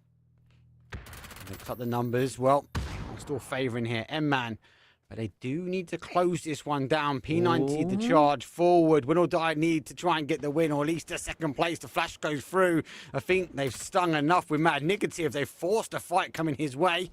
Hasn't got any more heavy util. Does pop the smoke. How bad does expose his body. I think he's just looking for another angle. I mean, he does smoke there, and he does back off from the tree to avoid any util. So that is good. The fact that he walks there in the first place is crazy to me. The fact that he takes all of that risk is crazy to me when you had a smoke in the first place. I just said they don't want to take any risk, and then Mad Negative walks across the open. Shiro gets himself caught. If we do spot any sort of pixels throughout these bushes, it could be disaster. He does actually connect, but he doesn't know it. Smoke's gonna fade. Mad Negative still in the open. Oh, my bad. Needs to find something right there, right now. P90 on the other side. The pre-fire has to be good here. GG's. In the end, it's the 3 gear. It's the ARM. It's the P90. It's M-Man. Walking up. 13 frags. The shark with legs. The shark with legs. They actually put the legs to work in this one. They were chasing down the zone. I felt like it was win or die. Big compound hold. 2-2 split was great. They were playing the big co big brain plays. And the end, they do find themselves to second place. And they do get a huge amount of kills. But, man, do get the conversion. They're going to be hitting themselves in the top half of the leaderboard. And again, we've only got 2 more rounds to go. I feel like every round we get closer towards the end seems to be more explosive at the moment. Everything is explosive when you are with Mark Power. That is how the world works. This one, it's a classic, absolute classic, and we're gonna think of this Panzerfaust when Fairy Tail gets second place and they're missing the 3 kills here that they could have gotten from Hive. So, yeah, roller coaster. Conf almost clutches it up, almost does it all with a util, but in the end, nothing to be gained for win or die. A huge comeback. Oh, sorry, nothing to be gained for Fairy Tail, and a big comeback for win or die. But they don't win out the game. I think if they would have won the game, they would have been in a probably very close to first place position. M-Man stealing that away, closing that game out. Tons of kills for them. Brings them a little bit closer to the top, but it also keeps win or die from running away from it. Yeah. I think for Esports, they've done the right thing. You gotta remember, even before that, they denied points towards win or die. You're right. I think like if win or die won this, that would be first, if not really close. So every game seems to be going down to the wire. Everyone seems to be doing the right. A lot of more teams trying to take rotation kills. A lot of them fighting on the outside edge. And even Na'Vi disengaging to send extends to the North Ice Caps to return back later. He even found himself a good amount of placement points. So, GG's. Tego is done and dusted, though. It's only going to be uphill from now as I think Rondo's coming up next, Koa. Rondo's coming up right after the break, which we will head to. You guys know the drill at this point. 2 more games in the night. 2 very short breaks until we close out the Super Cup, so don't go anywhere.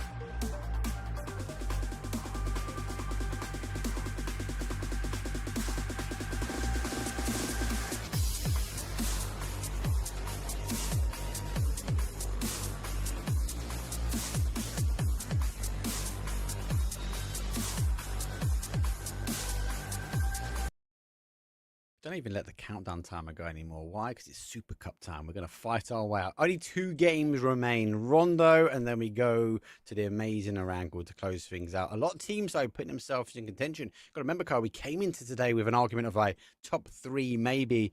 And I think your comment was, if anyone goes on the outside, I'll be surprised. Well, we've got more teams now coming in from the outside, wanting to prove you wrong, and it's been great so far. There's one problem. There's one problem for all of those teams coming in from the outside. It's Foot.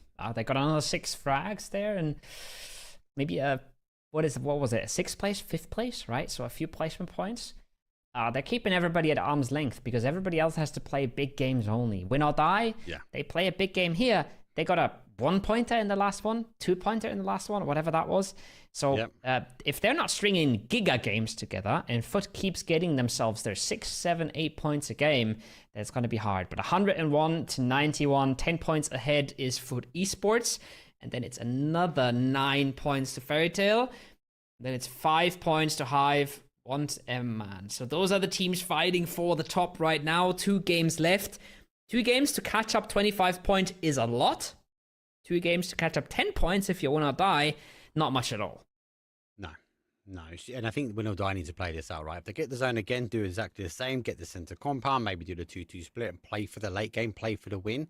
Or if we look at the last game from Foot Esports, they didn't have the zone, but they played for the kill. So you're right, these teams need to go explosive. I'm still quite surprised we're not seeing FaZe up there. Na'Vi again, obviously a question. Ascend have been dropping down. Secure Sensing played well on the first couple of days, but then it's got falling down.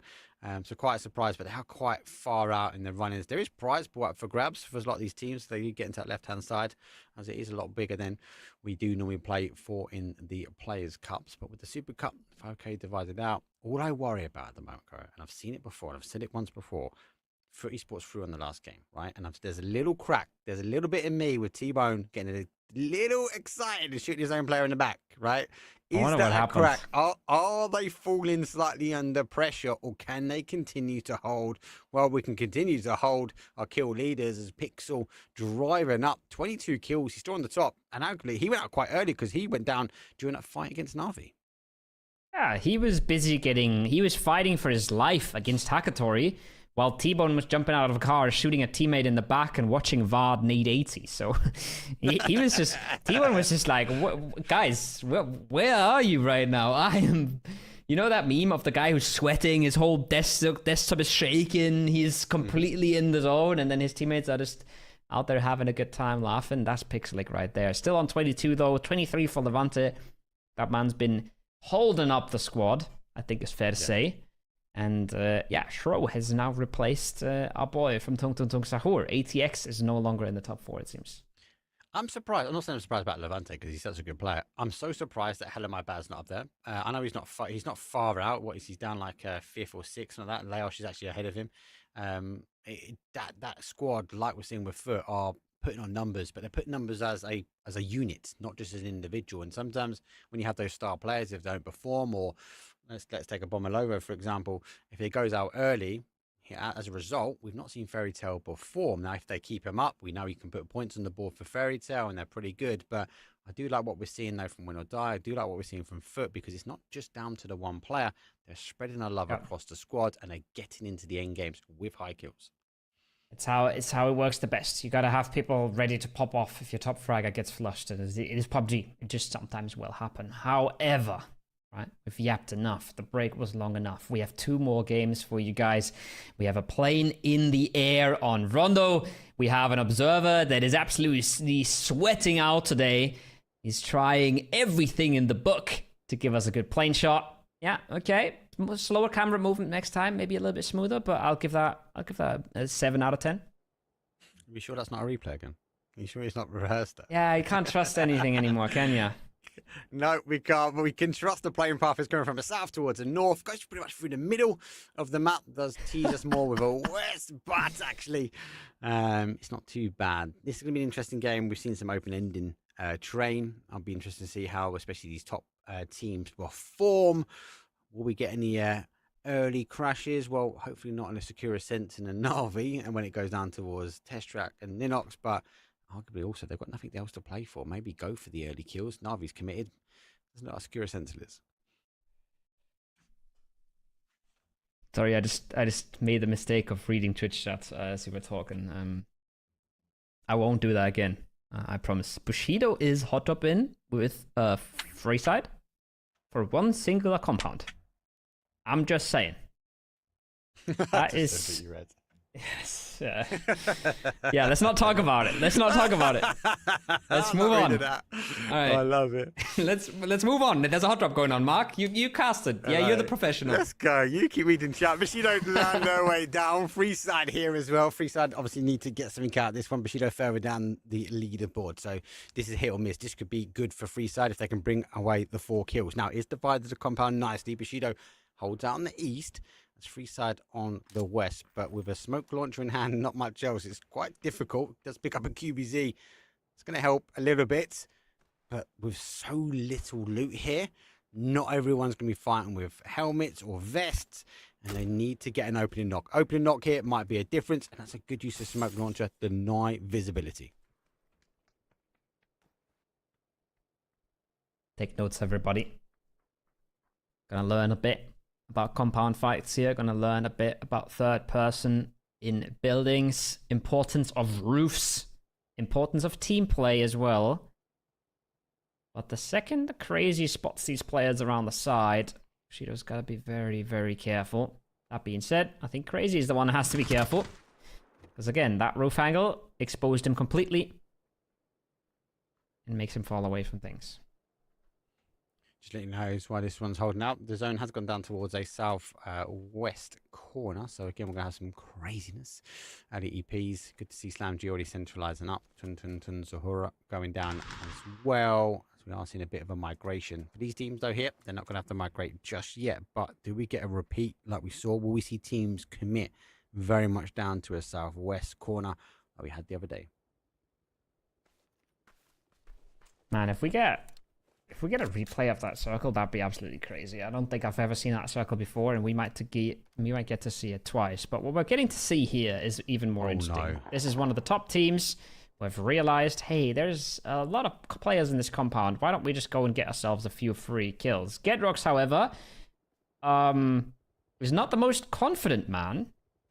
He's waiting for his players. He's waiting and waiting for backup. And on the other side, it's Hive. So whoever comes out of this compound a winner, the teams around them will make sure that they're still losing. This is going to be telling. There's another team. There's a third party. Vox gets a confirmation. First kill will go in the way of Hive, a team, a top contending team. Will die be reading that as well, thinking I should take in the shots. Does wait for the reinforcements. Hell of my bad does arrive. He does get a final headshot though. And now the car will drive through. It's kind of a return peak headshot. And hell of my bad. I thought he was going to run him over. He doesn't overcommit. I think the call was there's another team here, not just the 2 fighting in the compound. I'd personally say running him over is the safer play there, to be honest. Yeah. Never get out 100%. of your car, never lose your speed. Just run him over, turn around, get back to where you came from, and start playing the game. Especially if they have an EP. We've had a glimpse at the map earlier, and we've already seen Na'Vi jump on one, go to that far side of the plane, far side of the circle. There it is. That's a brilliant play for anybody that's up in the north. Get yourself to that southern edge, right? Get yourself to the unoccupied space. So if you're a win or die, that would be something that's absolutely beautiful. But every single point counts. Every single kill that they can snag away from the compound here absolutely counts. And you see a Celtic proning on that roof without a helmet, and you have a DMR with a 4x scope. It doesn't come much easier than that. So wouldn't be surprised to see them stick around for a bit here. No. Again, Freeside don't need to move, right? Win or die, Hive, like, yes, they've got some points. They've got a steal, and they've got a kill confirm themselves, right? But they've got to think long again. They can't just have a throwaway game. They can't be caught on the outside. They have a close, collapse, and win, or rotate their way to zone. They've claimed a point. That's a good start. But how much longer do you need to hold out here? Zone phase 1 is coming in. A lot of teams have rotated ahead of you. They're still having a look here. Win or die, they're still eager to get a few more kills. Hive, on the other hand, have sent 3 towards the zone. They've left 1 back here, so very telling. At least 2 additional, the third and fourth party, how they want to play this one out. Yeah, there it is. It wasn't the proner on the roof. It was a player on the outside wall. They combine, they laser him together. They're both very good at shooting their DMR. And that's going to be a hard res. There's a chance Freeside steals this one away, though. Win or Die would absolutely hate to see that happen. They're just spending all this time for every single point they can get here. Now a res might actually come through, and they might find themselves with nothing. Yeah. Again, Hive actually come back. Look at the map. They've played back into this area. Kilika on the rotation, which is surprised he's in a glider. FaZe on the same rotation round. Fairy Tale position themselves quite close to the water. Vorpal Sword going in between Na'Vi and Slam G. To wait and see. Now Bushido down to 2. They know they've got bodies around them. They've got a knock on Freeside. As I said, Hive have come back. So they left the body here. There's another knock that comes in for Win or Die. And they instantly turn around. And again, the Sharks are waiting on the outside. They want to confirm as many points as they can. Because when it comes down to it, Koro, 1 or 2 points might be in it. And they all know that every single point matters so much. And getting into the circle won't be easy. And you don't know where the zone goes anyways until phase 2. So why bother with phase 1, right? And rather get yourself 2 points. That would be amazing. So that's all these teams are doing. They have the exact same thought. They're trying to execute the exact same strategy. Kiliakai is getting hunted by a 4-man FaZe clan. He is on a bike, which means it's very easy to shoot, but he should also be very fast and very mobile. And unless some absolute bangers come in from FaZe, he should be alive. But you can tell he's not in a good state of mind right now. Not fun when you're getting chased down. Run, dodge, duck, and dive. Thought he might be in a glider, but he's not. He's in that bike. Back towards the fight here. Slam G work their way, and Vorpal Sword do lose one. They're going to try and hold the angle behind the outside. Arctic Stone. Just take the opportunity to get the spray across. Doesn't quite get the connection, but Lurok's on the other side. Does get one. He does go through the window, out the other side. Good connection. And Vorpal Sword again falling apart, unable to keep bodies up. And they're being applied pressure, but again, nade back at least.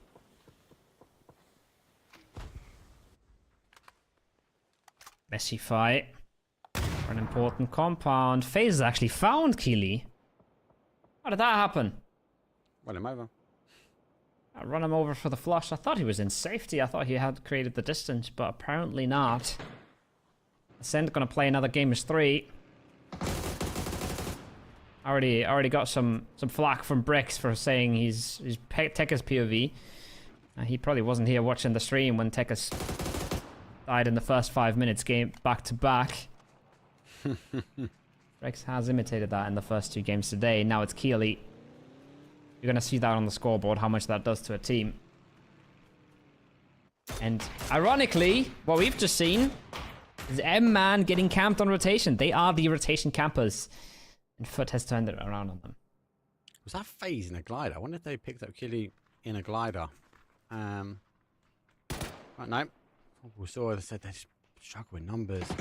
Peek around there, goes the flash, comes on the adjacent side, and Slam G close on in.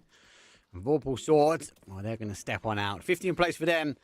Na'Vi also looking for a little bit of third-party action, but they're on a big 2-2 split here. Element of our high ground being taken. Slam G are going to be happy, so I wouldn't be too surprised. Na'Vi just drive past this, don't take the fight any further. So we get a nice cinematic shot. Na'Vi gone all the way around, and at least the split is slightly closer together. And there's that all-important phase 2 shift. It's going to tell us a whole lot about where we're going here, Mark. This one is going to decide a lot. We still have water in play. We still have water a little bit further afield, where Chris is right now, and then we have tons and tons of rocks here still, right? So the big open area, you can already kind of tell, the big open area is here in the middle. That's where the zone is likely to go. But because we have so much water down on the right and down on the bottom, it's very, very likely to go somewhere between Hive and Ascend, maybe towards that empty wooden houses compound. But that top triangle here, that's probably where you want to be if you had the choice right now. I feel like you was committing to a square there, but you dodged out to a triangle. But I like it. I like it. You're right. I'll be looking at this zone, expecting the same. Back towards that northwest corner. Some teams obviously expecting that south shift like we had that was so punishing to a number of teams the other day. So a little bit of sigh of relief for these teams in the north. Ascend, Hive, Win or Die, all teams looking to have a good game, and as a result, PUBG has given them that. FaZe, they're going to rotate back towards the north. They're coming back on the south side here of Ascend. They've already picked one up, and if they get an opening knock, let's see them collapse and take this compound away. But Ascend at the moment are here. They've got the hard cover. Initial shots will come back out, and they are pretty spread. There's a good chance that FaZe has an idea as well who they're looking at right now as well. And then they will know that's a 3-man, and they will know that's punishable, and they're going to look for weaknesses, right? They're going to look for chinks in the armor to see where they can get an entry. Big slick on the glider, getting all the information in the world. Bro's trying to deny that as much as he can, do the damage as early as you can. Glider's on a bit more than half HP right now, so he hits a whole lot more shots. Big Slick gets into the territory where he has to worry. But this is the same situation I just talked about. This is Foot chasing down M-Man, who they know are already weakened. And it's a very simple tactic, but a very effective one. So Sadid gets some good shots. At least enough to apply pressure. That's stopping maybe the confirmation from Slam G. Now he's got a big decision to make. Does he crash down into the compound? Does he work his way back up towards the top? Looks like the call is back to the compound. They're going to lose extends. Slam G will drive by. Shots will come back up towards them. They get the opportunity now with the glider out the air. A little bit more freedom of movement in the open. Back towards the north side here. Will or Die want to crash in. Secure Sentinel already holding the compound. They need to be cautious. I don't even know if they're aware Secure Sentinel's pulled into the compound. They are. It's more of an evacuation. Hello, my bad. Picks up Jedrocks, and away they go. They're going to collapse their big split. They have to. Good decision by them. Bushido have made it into the circle, finally. They've made it out of that northern compound alive, but I say alive. They are barely holding on. Oof. And that's a tire pop for Celtic in the middle of absolutely nowhere with no HP, Done. no cover in his car. It's GG. Bushido goes out. Yeah, that's a buggy. Cinematic shots by the observer. Show the absolute desperation there. Fairytale looking to benefit on that knock, I think. They've seen that knock on Tung Tung Tung Tower, realize the backup's already there. They fall away from it. Circle goes west. Massive little lake. Wow, that's a caster thing. That's great. There is a little lake right in the middle of this circle, and it's gonna surely push this hard to the east. I think it has to go hard east here. Maybe hard northeast, but generally just hard east. Tung Tung Tung Sahur, I would love if they would just group right now, but they're getting breached before they can. Yeah, I'll get him breached. Storm will have to try and hold out as well. Observer, find out exactly where the breach is coming from. Here's Win or Die. They are on a split. Nade will come through. Levante goes down to a 1. Knows he's able to get in towards the compound. A little bit of breathing. They're able to get the med. Schengen does get Layosh, and that's on the outside. Pixel gets Bommel over as well as Conf gets back with Vard. So lots of action. These teams, especially on the sort of south side and southeast, also trying to fight their way in. Jedrox goes down. Levante and Hello My Bad. They need to salvage something here. They can't allow a re-breach to happen. They might get the opportunity as they do clear, and no other team looking to collapse in just yet. Oh, wow. That's not looking good. Nope. More damage coming in. Gedrock's surely not making it to safety here. They would have to stick it right now, but Levante doesn't want to risk himself. Now, Hello My Bad. He gets a bit of a smoke line, but has to crawl through the gap. Does he get spotted in the gap again? It's so much more damage coming in. Hive gets the flush. Tragedy for Win or Die. The right play, the execution doesn't work out. And it's Hive out of all teams, right? A team that has just put themselves in the conversation. A team that would love to compete for these top spots. They take those 2 frags. They push themselves ever closer. This is the thing. It's such a critical team to lose points to. I was looking at the map feed as soon as they got the knock. I was like, when are they going to go? Are they going to go? Are they going to start crashing? They've got numbers down. They surely can't be allowing the res. Maybe that's because M-Man have also lurked in as well. They're working their way around. Phase number 3, 55 seconds left. As it start kind of closing its way in. M-Man setting up a bit of a trap here. They've heard the shots coming from the garage. They've heard the shots and knowing that it's on the outside.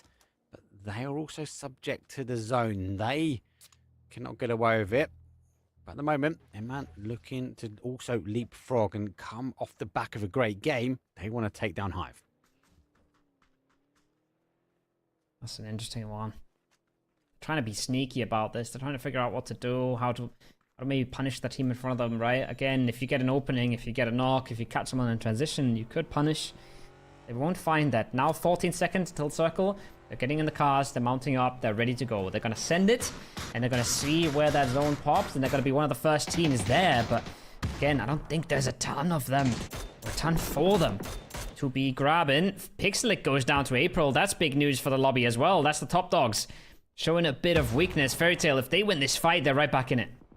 Yeah, T-Bone's out on the outside of blue. Ainsley needs to get into the action now as he will swing by. Conf goes down to a 1, gets caught actually by Storm on the other side. That is not great for them. They had the full control. T-Bone's out in the blue. He gets some shots towards him, goes down to 1, but he has to lay down. He goes for repeat, does get confirmed. April goes down, confirmation done, and it looks so good here from Fairy Tail. But it's down to Brightside now. Fruity Sports able to get the meds back in. Secure Centum with Na'Vi, Hakatori denying M-Man entry in towards this zone as well. Let's see if Foot can get out this one unscathed. Brightside will hold. Yep, T-Bone, he's been learning. He's got the frags. No of his own bodies in front. Good connection from them. Fairy Tail going down and falling on the table. Listen, man, I've been giving T-Bone a bit of a hard time, but the impact he has in that fight is absolutely massive. If he loses that 1v1, not only is he flushed because he's in the play zone, his teammates could also just get naded on the res, right? And there's a good chance they lose this fight entirely. The fact that he wins it, makes it a 3v1, and then closes it out with a nade as well. Yep. Gives his team enough time to reset. We saw Storm on request was already looking for a third party, but he gives his team a reset, keeps them in the game. And this is what Foot has been doing, right? They haven't been playing banger games, but once again, they kill Fairy Tail, they stay alive, and they're making it so hard for anyone to catch up. Anyone watching the map feed, just to add as well, I think T would look to collapse. They received a knock. He was crashing in on this as well. But when the knock came in from Storm G and T-Bone obviously got his knock, he instantly turned back around and put himself back in the position where they are now holding. So they had somewhere to play into zone as well. Some of those little movements, some of those little plays going to help the longer game. And I think that's part and parcel why we see Foot Esports, though, playing so strong when it comes down to the average placement points per game. Hive, well, they know the target's here. They didn't crash early on. Presenti going to be going for the initial drive-by. Hopefully he doesn't get Panzer to Dushid. Oh, no, he nearly launched at his own boy, but he goes down. Saved by Storm. He's going to fall. Unfortunately for them, this breach is not great. And what a team, though, to try and defend, win or die, unshifted, unscathed. It's down to Rox. It's 1 versus 1. He swings round. The drop shot comes in and Hive go out. And Laos reminds them that we're top of the table compared to you. Oh, what an absolute mess that was.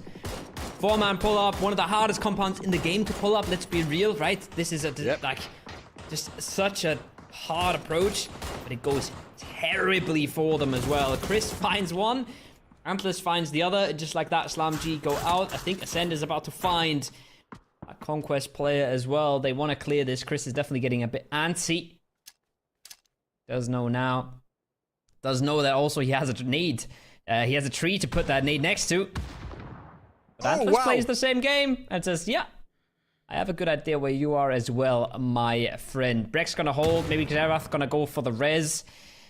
Ascend wants to consolidate, wants to keep playing the game as 3. As FaZe Clan is still scrapping on. Chris, that second nade's caused the damage. I'll push him forward, but I think it's a little bit too late. And he comes in from Na'Vi, a bit short here. FaZe looking to try and get Fex up, but he's on the beach of the little big pond. It's Gustav. We'll get the res back in. Harvey, get the opportunity. They want to sweep around here, but again, if you go too far, Conquest is going to cause the damage. They're at the other side of the pond and can punish both of these teams if they're not careful. I do really like this zone. There's not a lot as in hard cover to play, but it comes down to how well do you know this terrain. Dips and crevices, couple of rocks, deployable shields. They are all going to come into use here. Phase number 5. Chris Ensign takes a knock there as well. They've been down to 1 earlier on in that little dip that they're playing.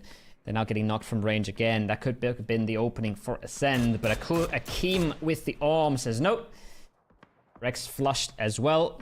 That means Ascend down to 1. No big plays coming out from them right now. Got a few crevices, a few balls to be playing in. But probably not going to make huge moves, and they would have to make huge moves on the scoreboard. Can't say the same for Foot, right? We've been seeing them here just a few seconds ago. If they hold on, they hold another team out of the circle, they don't get folded by Na'Vi, then they will go into the last game as absolute favorites. They will. See how they go. skirmishes on the hold here. The new boy for Ascend. On the tryout player will launch a nade forward. Doesn't quite get the connection Techers. Does back away here. FaZe looking to try and work their way in. Conquest also going to be part of this argument as well. Let's see who try and take the fight. Don't forget Conquest have been punishing FaZe. Don't expect them to sort of run past Conquest. But I suppose all the smoke, all the nades will draw the guys in. Fex launches forward. Here comes the nades though from FaZe. skirmishes on the defensive nades as well. They cause Fex down to 1s, but they've got to keep driving forward. He does swing by Conquest though on the other side of the blue. Might actually pick up James. He does. He comes storming out. There's one. Look at it. A second. Nearly get it, but he goes down. Techers will finish him off. Tekka saves the day for FaZe Clan there. Xerath was looking for it as well. Does a bit of damage onto James. Now doesn't realize these players have died. That instant coming in, though, might have a good idea now. And the Korazensen, and they've stayed clean here somehow. Absolute miracle run from them, to be fair. Okay. Okay. Yeah. Pixel. Yeah, sure. Spots a Pixel, puts it down. Oh, that's Vard, of course. Of course. Yeah, that makes sense. It's Vard. Puts it down. Looks for a second. Gets taken out from range. Foot Esports down in 7th place. A few frags and a placement is all she wrote for them. We've seen the other top teams get absolutely blasted as well, so top end of the leaderboard looking a little bit frozen right now. It is. It's freezing out. I'm going to die. Storing though. 2 players remain. And the ones Zerva's trying to tell me that Win or Die is a top team. I'm aware. Thank you. 2 kills on the board, but we're in placement point. 6 teams remain. It's down to Win or Die to try and convert this. I take it back. Observer's right. Don't know. They're short. They're going to be short. Second one's good. good. Pressure from Na'Vi though. Maybe he gets it from the second one. No, it's going to be explosive. Denied. Win or Die got a bit of a run ahead of him. But arguably most of the teams now on the out-south side. Na'Vi also need to work their way in. skirmishes plays all the way on the west side. And Tun Sahura has been locked down in the compound for so long. But they put up some kills, at least I think on the kill feed. We've seen them been lighting up. I love that they grouped, right? We talked about it. They have to group. They grouped. They're winning the game from here, unless Sakura Zensen has something to say about it. But Mark, Storm and Request just kill 2 of their own players with a nade. I think that was meant to be a smoke. I don't think he's denying there while Kaidel is still alive. I think that was very unfortunate. Like that. Iroh, Farmers, not enough in the 1v2. Gets cleaned up. Na'Vi make the entry. Good play from Hakatori. Maximizing points here. They find the weakness. They see Sakura Zensen moving into zone prematurely. They leave Iroh to hold the back. It's not enough. Now, reset comes in for Na'Vi. They might get themselves that Farmas as well. And then they're going to try again. Where did they go? They don't have much to play here, Mark, but they've already done the damage. Which is the thing. They've done the damage. skirmishes now know there's a team now in the southwest corner, so they haven't got this side of the zone all to themselves. Win or Die still able to work their way in. Tun Sahura now focusing their attention back towards the east. Leosh a couple of steps away from the zone. Levante is a bit more of a jog, of a hop and skip, as he has no terrain in front of them. This is the only hard cover remains. As I said before, the rest of the guys, they need to be creative. They need to use the deployable cover, deployable shields. Leosh dances a dance around the Doritos. Oh no. Oh! Down to 1. Lucky. Levante healing in the blue. Trying to delay, hoping somebody forgets about him. He's got 4 more first aids, but I don't think Tung Sahur is forgetting about him. Kadel's got 2 as well. He can't blue heal just as much, but he's a little bit more undercover. If he just starts running now, I think he has a solid chance to make it in. He's got to hit the first aid. Did he even hit that in time? I don't think he did. No. Oh no, he got denied. Didn't matter. But that's another placement point. Another placement point for Win or Die. 4th place. They're going to grab themselves, what was it? I think the 2 kills. And the placement, 3 kills and a placement. 3 kills. 7 for win or die. Closing the gap a little bit on Foot Esports. But it's all going to come down to that last game. They refuse to let Foot Esports escape with this one here. What was zone? Arguably win or die, made the most of it so far. 4 versus 3 versus 2. Na'Vi able to get the res. Now they draw their attention back to Secure Sentinel, who have the extra body on them, but they've got a little bit of ridge line to try and play. Big nade comes in, it bounces, but the bus will stop. Keta able to work his way back. Fortunately now for them, Pico is going to explode. Doesn't go that far, which has actually worked out nicely for Secure Sentinel. More importantly, they're able to try and get themselves back into cover. But Akim, oh, he hits with the AWM.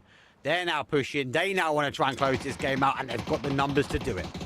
And they've got the util to do it as well. That nade is looking on the money. It's a little far, but they're going to realize shortly that second bounce will blow up the car.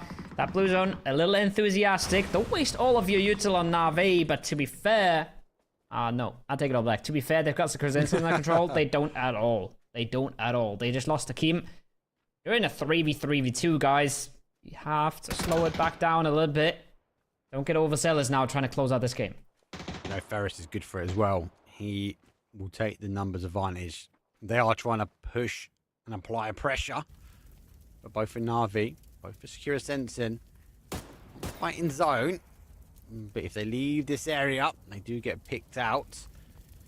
They just need to make sure they get an opening knock. Maybe there's a joint effort between these two teams. Maybe they get an opening knock. But for now, Na'Vi look for some more kills as Hakatori goes forward. No helmet. Tekers reminds him of it. Here go down.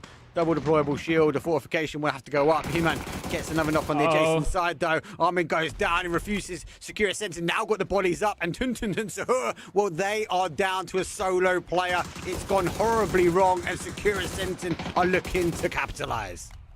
Tekers clears up Favorist as well. No more space for him to play. Folded shield. Not going to hold him in the circle. No vest for He-Man. 10 kills for Secure Sentinel. Nothing of armor for Tekers. Is it going to matter? Not really. Keter has gone and gotten himself the angle, gets himself the info. They know everything they would ever need to know, and he's going to have another big angle here in just a few seconds. Tekers can step up on top. Keta from behind, and Sakurazensen should be claiming this. Yeah, that's a bit of a whiff from Tekers, but it should not matter. They have all the angles in the world, Mark. They're bringing this one home. They are. There goes the molly. That's going to be a decent connection. Drops out towards the other side. The whiff doesn't matter. It's a winner, chicken dinner. Secure Sensen come down bodies to claim victory.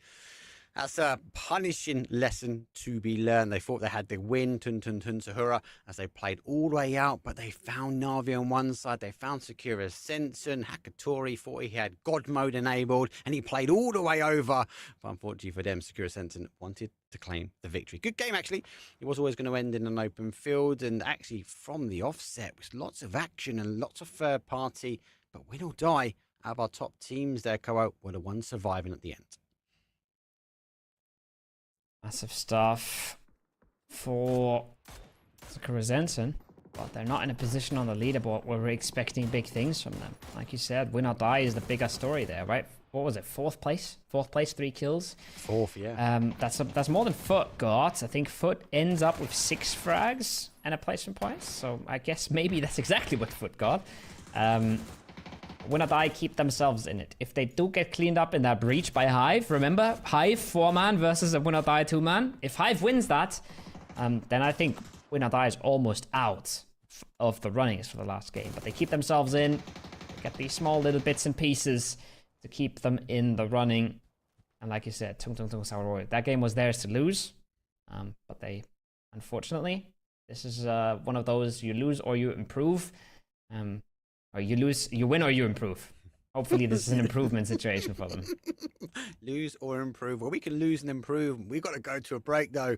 When we come back, it is going to be the final game here of the PUBG Super Cup. And it's still all to play for. One explosive game could mean you will come home with a trophy. But don't go anywhere. We'll see you guys in a few.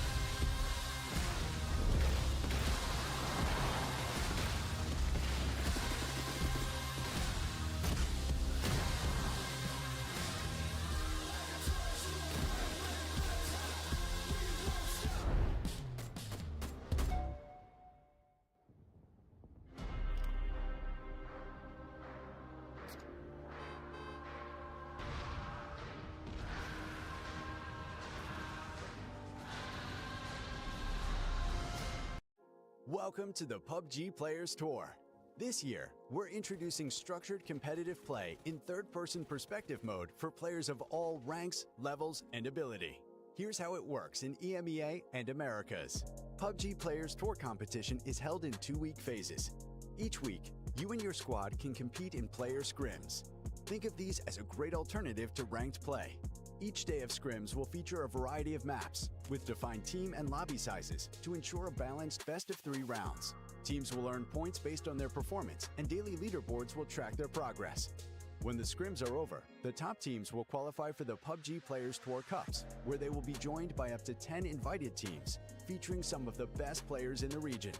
Players' Cup leaderboards will track team performances across 2 days of play, with the top 8 squads progressing to the final round of competition. Players Masters are the pinnacle of the PUBG Players Tournament.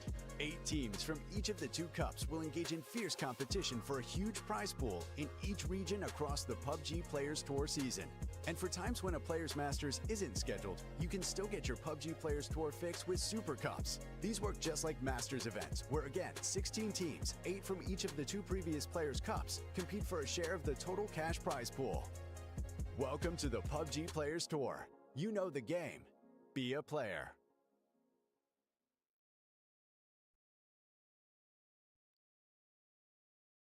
It's a sad time, but there's only one more game remaining. One more opportunity for these players to be able to put points underneath their belt and ensure they get the maximized amount of prize pool that they can divide. But before we get into the play, we need to look at the scoreboard and we need to understand the lay of the land here, Go-O, because it is getting closer and closer, and Footy Sports are unable to run away with it. 10 points ahead still, not running away with it, but keeping them at arm's length. 10 points is reasonably big. That's a good bunch of points to catch up in the last game. It's entirely possible, right? We know that it is, but Win or Die have one chance to do it. 26 points for Fairy Tail. I think that ship has sailed. But if Win or Die fall flat, then they can fight for second place. They can bump themselves up in the standings, fight for a bit more prize money. Same is true for Hive. Same is true for M-Man. Then we have a few teams a little bit further down the scoreboard. They're not winning, Mark, but they can put themselves in the top 5, top 4 maybe, right? So they're still playing for a lot here. Yeah, we've got to remember, we are playing for prize pool, and it is divided out on pretty much that left-hand side. So every opportunity that they can kind of jump ahead, and there's a couple of points in it. Navi have made a comeback. Sakura Sentinel making a comeback as well. Remember, they were very much firmly on that right-hand side of the table. So it's up for them. Maybe they can piece a sort of a puzzle together and work their way up some more prize pool. But Footy Sports, Win or Die, they're the ones that you're really intrigued at, because it makes a big difference, thanks to production, to be able to show actually between a second and a first place, and arguably even dropping down to Fairy Tail in third. It hasn't been, I'm going to say, it hasn't been the last 2 days for Fairy Tail. They've really not performed like they did on day 1. Yeah, they haven't been able to keep up the momentum. It was hard, right? You're not keeping up the momentum when the momentum means winning 3 games a day, but just getting edged out slightly here, winning that fight versus Foot, for example, in that last game, that would have already been a massive point injection for them, and it would have meant so much easier of a time to catch up in the last game, because Foot also would have had 7 points less, right? So that could have been massive. It's small margins, it's PUBG, it's the butterfly effect, right? That one fight goes wrong, suddenly you're looking worse on the scoreboard. Observer is cooking again, sharp turns, and make sure to not get nauseous, but gonna have another sharp turn here to the right. Maybe fly across the school. Yeah, okay. And he spots the plane. Solid. 8 out of 10. 8 out of 10. I was hoping for a fail, I'm not going to lie. Anyway, it's the final game. Match number 12. It's not going to disappoint like our observers. It's a northeast down to a southwest. That's a fair flight path if we don't see it nonetheless. Ascend, Fairy Tail go early here.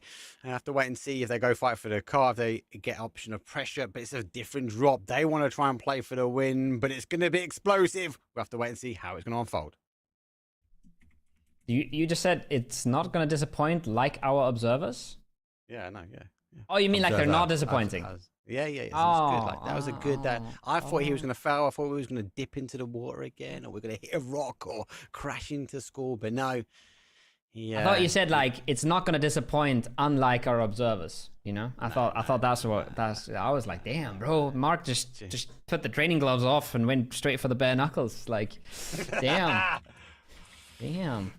No. They're doing right. Slam G, God Compound, by the way. Second time we see a bit of a hot drop for a compound in the other game here. Actually, turn around, go for the car, and get the hell out of there. Because the zone, well, it has other ideas. It's in the northeast. We're at the height of Stauber with the height of match number 12. Who will ascend to the top of the table? Well, we're going to have to wait and see.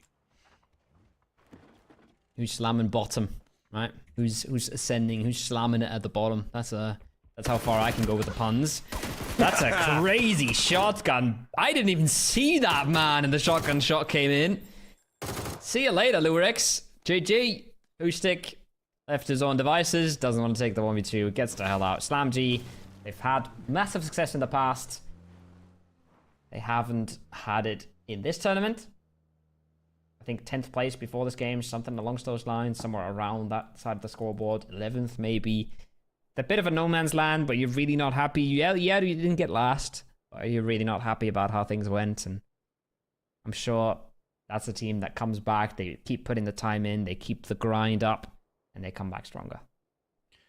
So one thing to note here, both these teams, this is their normal drop spot. So Footy Sports will know that Win or Die are on the north. And Win or Die will also know Footy Sports are down on the south side of Georgia Pool. So only a bit of water divides. Ainty is already playing Scuba Steve as he's looking to work his way close towards that bridge. I wonder if he wants to try and sneak under the radar. This could be make or break. It either goes really well for the team and they get an opening knock, or Win or Die find Footy Sports and realise there are three and then try and deny them entry into the zone and force them to play on the south. That's what I was thinking Foot was going to go for, right? They would love to do this. And yeah, thank you, Observer, for showing this. I was about to start drawing on the map to show this. Win or Die has already sent Gedrox off to the cube. So that's not an option for Foot. They can't cut that rotation route. They might not know this. They might know this. They've been looting next to Win or Die for a long time. So they might have picked up on some of the patterns, right? But cutting off that rotation wasn't going to be an option. What AT is doing now is he's getting close. He's getting a lot of information. And yeah, there it is. Gedrox, you can see, right? He's already cut that off. You cannot camp them here on the bridge. And even if you try to put yourselves in between, Gedrox would see you. So those options completely out of the question for Foot, especially if they know that Gedrox is there. But AT is now going to hear one car. He's going to hear two cars. And if he keeps his calm, then he can say, well, two guys have left, but there should be more than this, right? No. There should be something still coming. Oh, I thought he was on the roof. I thought he got spotted. This is now, does he know there's a final player? He's going to hear the car going. He puts himself in a position. He's heard two cars go. He knows there's another one here. This could be huge for him, but he needs to get the knock. He's going to use the ridge. He's going to go as far as he can, as close as he can. Hell of my bad. The shots will come out. He needs to get a tire. Doesn't quite get the connection. No. And he hasn't got the mag. He goes past, but Footy Sports are here. They're here with reinforcements. They've got one isolated. Can Win or Die get away with this one? It looks like they are just at the moment. I was about to say, right? He doesn't need the knock. He just needs the tire, but they're not getting it. Pixel ain't getting it either. Now maybe the last few bullets, but the tree cover is there, and now the rest of the squad has already stopped, pulled back up. Yes, they get the tire, but it doesn't matter anymore. Foot, they can fly over this, but it's way too risky at this point. They've lost control. They don't have information anymore. Win or Die get away with a scare. I like the attempt. Well done by Foot. No big risks taken in the process, right? And if AT pops that tire, if he just connects one more ace bullet to the tire, that's probably a kill. And that's almost the tournament win already. So I love what Foot has done here. Just barely doesn't work out. Absolutely love it. And from both sides, actually, to be fair. Hand on my bad activated God mode on his car, so he was able to get away. But again, it's just telling the level of both these players. Win or Die playing towards the cube. They're playing to try and deny entry. Foot trying to be creative as well. They let the two cars go. They wait for the final car as well. So love it. I love it. Love it. It's going to play all the way out here on this final game. We've still got 16 teams, 61 players now do remain. Ascendar chasing Bushido as they are climbing their way up the mountain of Stauber. Fairy Tail went quite early to take the compound as well. And Footy Sports obviously do work their way towards the north. You can see in the map feed that we are seeing Win or Die also kind of working in parallel with them. And Shro, well, he's going to run over Keta to get the confirmation. D1 hits the prone, reduces the recoil, does the damage. Untless down to half HP, he's going to call that out, but should be too slow to catch that. You can see Foot is fishing for kills on the north. They've done this. It's a story as old as time. Foot going for the north wrap on these circles is what you know happens every single time there's a stable circle. They will do this every single time. And if you happen to run into their rotation path, they will try and punish. It's as old as PEC, the first iteration. I remember I was still on Ascend. We lost the game there because we lost 2, I think, to that rotation camp. And yeah, might have costed the PEC win. It's what they love to do, and it's what works for them. So, Win or Die, a team that knows this and should be ready for it. Conquest, a team that's a bit newer to the scene. I wouldn't have been surprised to see them get caught here, but they slip away. Win or Die, they were tempted with a 2-2 split. They are going to be waiting for Esports to rotate their way in. Stauber claimed by Freeside. They'll be kings of the castle at the moment. Most of the teams starting to work their way in. No other clashes just yet. A few camps, a few holds, a few shots fired, a few tires lost, but no major damage on some of these teams. Shido, not too far away.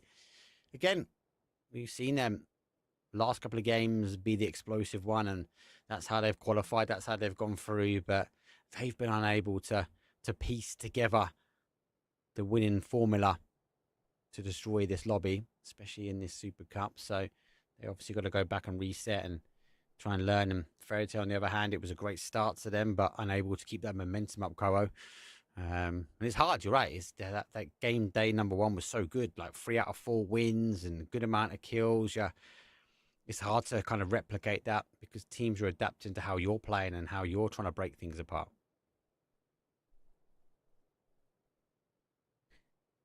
Yeah. Sometimes you might pull up. Iroh is just sitting in a chapel, a dome, waiting for you. And your game's over. Sometimes you pull up to a compound, Fairy Tail sitting in there with 4 players and a Panzerfaust. It's a treacherous game. A lot of things can go wrong. A lot of things have gone wrong for Fairy Tail in the last 7 matches. But they can still, with a miracle, they can get first. Realistically, with a good game, they can fight for second. That's the key. Dunk. Is it just a pan fight off? What was that about? What? Yeah, he threw the pan as he pulled up and donked him on their heads. Okay. We're sort of having fun at the moment. T-Bone, take notes. This is the more effective way to do team damage. Yeah. You got to pan forward. You can't be spraying the 5.56 gun. Free Sports don't go for the complete north. He's threatening them again. Did you see that? He chased him into the bathroom with his pan. Go on, dunk him again. Go on, do it. Oh, somebody like called juvenile services. This is not okay. What the hell is happening here? This is how not to make points in PUBG, but you can look good while you try. Zuidas is he's getting bullied. Gonna get picked up in the toilet. What they don't know is Foot Esports looking to come this way as well. If they get these points now, that can't happen. That's not okay. For free? Surely not. Surely not. They might have seen the knock. They don't know it's exactly here. They're just waiting for the zone pop. They're waiting for 5 seconds to see where the zone goes, and they will know in a few seconds. FaZe on the EP again. James is not trying to think about too many rotations. They just want to hop on the EPs. And they are gonna probably take this one to the north side of Stalborough. Ascend, meanwhile, gotta be a little bit careful. Hive is hot on their heels. But Ascend is not shying away from the fight. They're grouping up and they're seeing if there's maybe a pull-up happening. What is going on? Aman is styling. Game antics, mate. It's final game antics. Zone shifts back towards that west. Footy Sports now going for the split. Win or Die went higher up towards Stauber, so they're going to get 3 past. Doesn't mean they're not going to get as many. Anybody picks up the first one as he rotates past. Gets to reload now. The guard has been taken. Blue Zone Nave will be launched out. He does have a molly to follow. Mad Negative, well, just behind him, gets that confirmation. So number 4 on the board here as M-Man make a sprint with the Shark, with the trainers up the leaderboard. 4 already. Krozensen first, Tung Sahur second. Gonna be the 5th on Aman. Bit of a shame. They were looking like they were gonna converge on this, but get picked apart before they get anything going. Now, they've got to pick up something that's been left for them, but I think they're going to sail into Foot Esports here. Foot Esports is going to know this, hear this, and they're going to look to punish. Pixel's already chasing them. He's already going parallel. And then 80 is in the triple houses. Ready and waiting as well. Pixel might even take this 1v2 here. He's getting a bit cocky with it. But he is bullying them away. Just his presence alone is enough to bully them off. The same is true for 80, taking absolute miles away shots.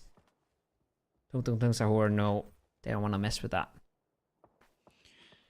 It's difficult. It's difficult for Foot, right? The zone's just back their way. They've pushed back into compounds. There's no one else here. They've got to get something. T-Bone gets a kill. You can't just rely on placements, right? On the last. This is what their problem was the last time round, right? So, get to confirm. T-Bone looking to reposition his car as that car parking spot wasn't best for him. Where was Mossboard? Moss was coming in on the other side. On the he pitched through on the southwest. And T-Bone just popped him out of the car, or? Yeah. I didn't catch that. I was like, I was thinking M-Man had everything under control. Yeah, well, they were just further there. That's where he sort of come his way. I'll have to wait and see, but they work back. I think they're just trying to find something a bit closer in towards zone. Slam G, they're split as well. Again, looking for kills. Arctic's leading the charge. But again, like for me, for esports, they can't rely on placement points here, Koa. They've got to ensure they get kills. That's maybe why they're sort of stretching out, but that might go one of two ways. One of two ways. 20 seconds for circle. And that's another knock from T-Bone. That's He's doing everything. Knock as well. That's a big knock. He's doing everything. That's the info on win or die. Yeah, that's what they were looking for all game. Now they're going to try and convert on this. It's not going to be easy, but they can at least blast the cars, do damage to the players, the cars, everything, right? They can do a lot here. Circle goes to them as well. This is massive, Mark. There's a big lake in here. And it's not a small, massive lake, but it's a big lake to the south. It's going to push the circle to the north or northwest. So Foot is laughing. Win or die in a good spot as well. They're one of the teams competing for the top. Remember, first and second win or die in Foot. Yeah, there it is. Beautiful drawings by me. Win or die, important team. Foot, important team. They're going to be fighting this out, and they're going to get a circle shift here, Mark. Yeah, win or die was get the res. Again, for me, Foot need to maybe collapse slightly, right? They've got a lot of area to try and hold. We've still got 16 teams. Yes, we've lost some bodies. We're down to 57 players. And there isn't a lot to play. There are these compounds, VARs in the open. T-Bone does hold that Granny Annex. You have to try and hold now as these teams rotate their way around. Freeside rotate all the way off the high ground. They now come on the north. They're going to get caught. A couple of shots though. Maybe that diverts them into a win or die. And I'm really intrigued. If win or die receive a crash, do we see Foot Esports apply pressure and ensure they cannot take the victory any further? 100%. If win or die takes knocks here, Foot score 9.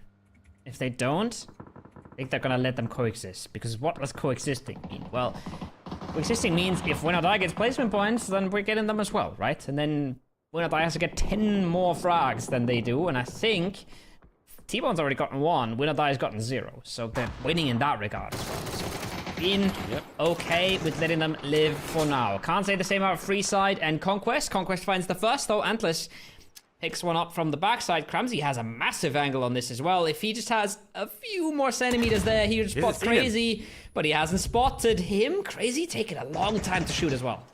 He was so tunnel vision there. He was just looking directly ahead. He didn't take in the information that was coming in on his side perspective. You get punished for that one. Conquest now going to try and disengage. They work close towards zone, but on the other side is Hillwell Hive are ready to pack a punch themselves. 30 Sports though, looking for the kills, looking for win or die. Well, they work over the ridge, and that's not the team that they might have been looking for, but they will be looking to try and take the kills. Here come win or die, but here come the mortar fire as well. Pixel needs to be careful. Win or die looking to also try and steal. They know they've got a player pretty close. Vard over the top. Levante goes into cover. Pixel sprays his way, but doesn't quite get the connection as he is eager to try and take apart this team. T1 finds the flush with the mortar, so he does connect something. They Oh my will God, know T-Bone's now. got a Okay, mortar. that's Tung Tung Tung Sahur. Team that's lost members earlier.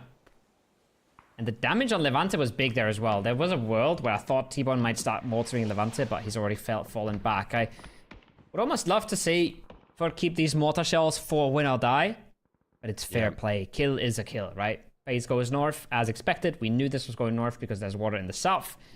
And while the rest of the lobby is tearing each other to shreds, top teams are just going to take another breather, take another reset, make sure they both stay alive. Yeah, and Pixel goes back down towards that southwest. They're going to try and just deny any teams in. That's going to try and get some kills. Slam G going for the full send as well. Fairy Tale on the other side of the zone. Well, Hive chasing down Bomalovo. He's got the MK, the level 3 helmet and vest applied. As he now tries to take on Schengen. Schengen's down to 1. April gets it with a 5.56. And he is going to fall. They need to be careful. They need to ensure they clear this one and remain top of the high side. Top of Stalbot. On the other side of things, FaZe, they're applying pressure to Fairy Tale because they want to be kings of the castle.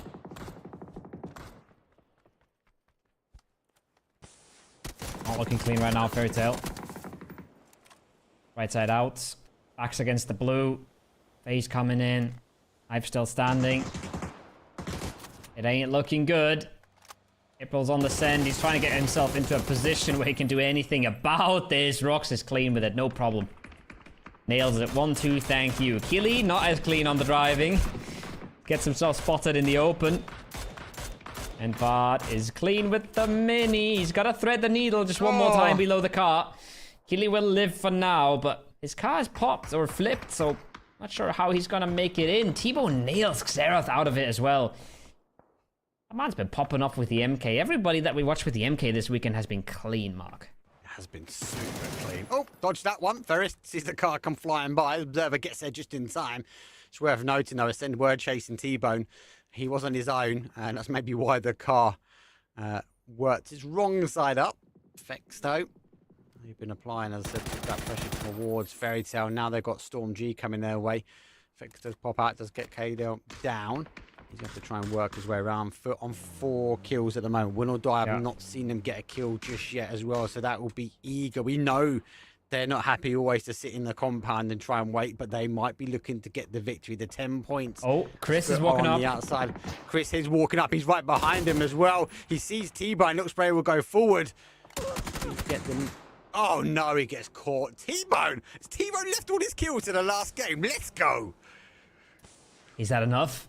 Enough of the washed IGL flame. He's bringing it all back when it matters. 600 damage this game as well. I'm telling you, the man's been hitting shots. And again, five frags, Mark. It's like, they're making this, again, so hard for anybody to keep up. Arctic's refusing M-Man entry as they did try to destroy themselves and say goodbye. An extra point on the board now for them. Zone does shift back towards the top, but it does shift towards the win or die. Don't forget, Footy Sports know that Tun Sahura is in the bowl. They have dealt the damage there.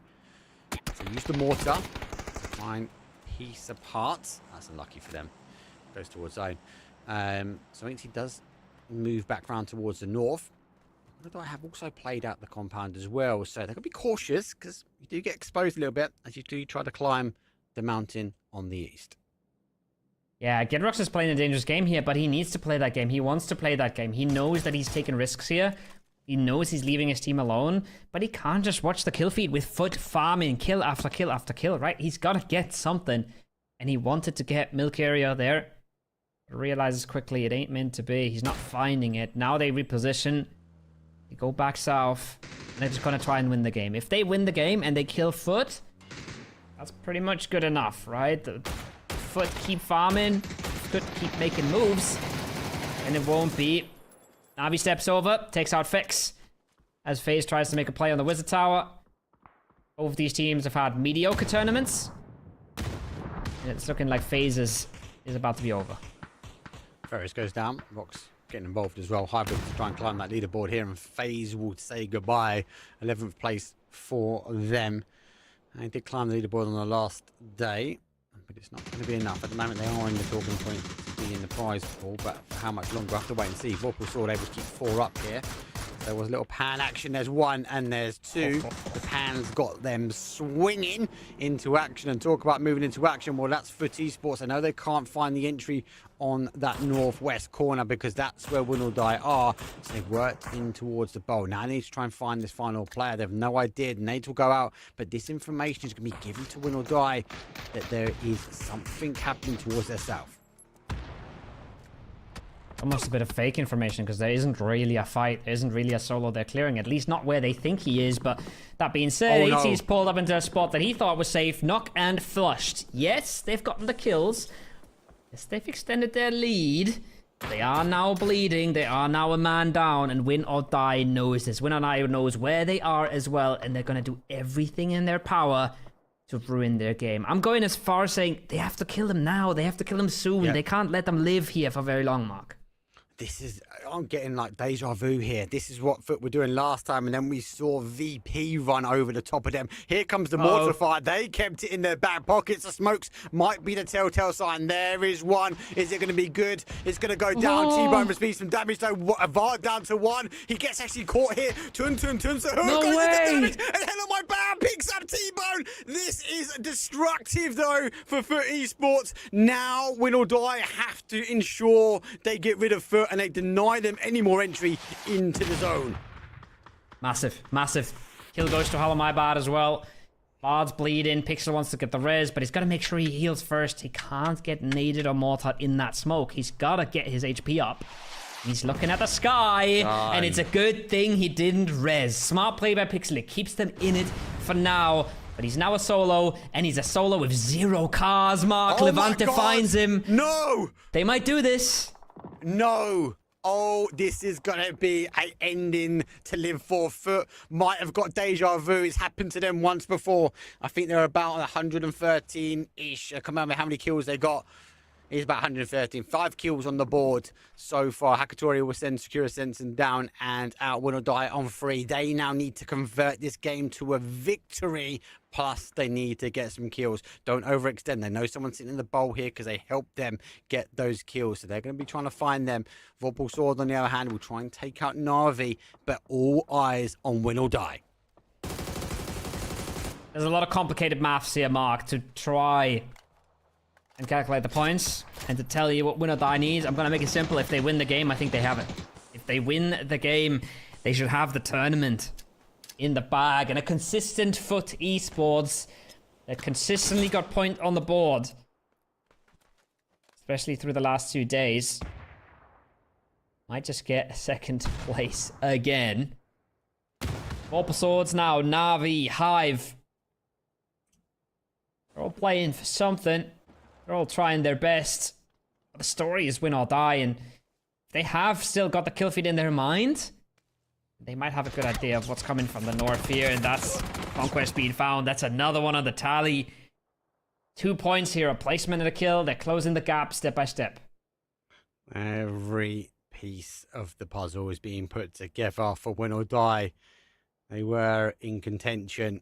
Can they get every single one of these solos out on their side? Can they ensure they control the zone? Well, they've got 4 bodies up. We're in a top 5 position. 12 people remain. They have the opportunity to do it. The maths is there for them, but they need to convert it. They can't get caught out. And we know Hive, they might be down numbers. We've got Na'Vi with a 3 as well. Ferrest here be looking to try and ensure they don't get the entry anymore as well. For Esports, all they can do is sit, watch, and wait now if they are able to be claimed champion, or if again they go back out in second place. They have no idea about Celtic. Celtic's been quiet for so long. He's surely getting the flush onto Gedrox here. Oh, he fluffs the first bit. Gedrox still alive. Can he get any backup in time? No, he can't. Trying too much to get the camera work going. But if he doesn't get the flush here, Celtic, that's big news. That would be massive. Gotta step up. Hive. Remember Celtic. He's gotten so many 1vx's in the past. He's been popping off for Bushido. He's been the only one popping off on that squad.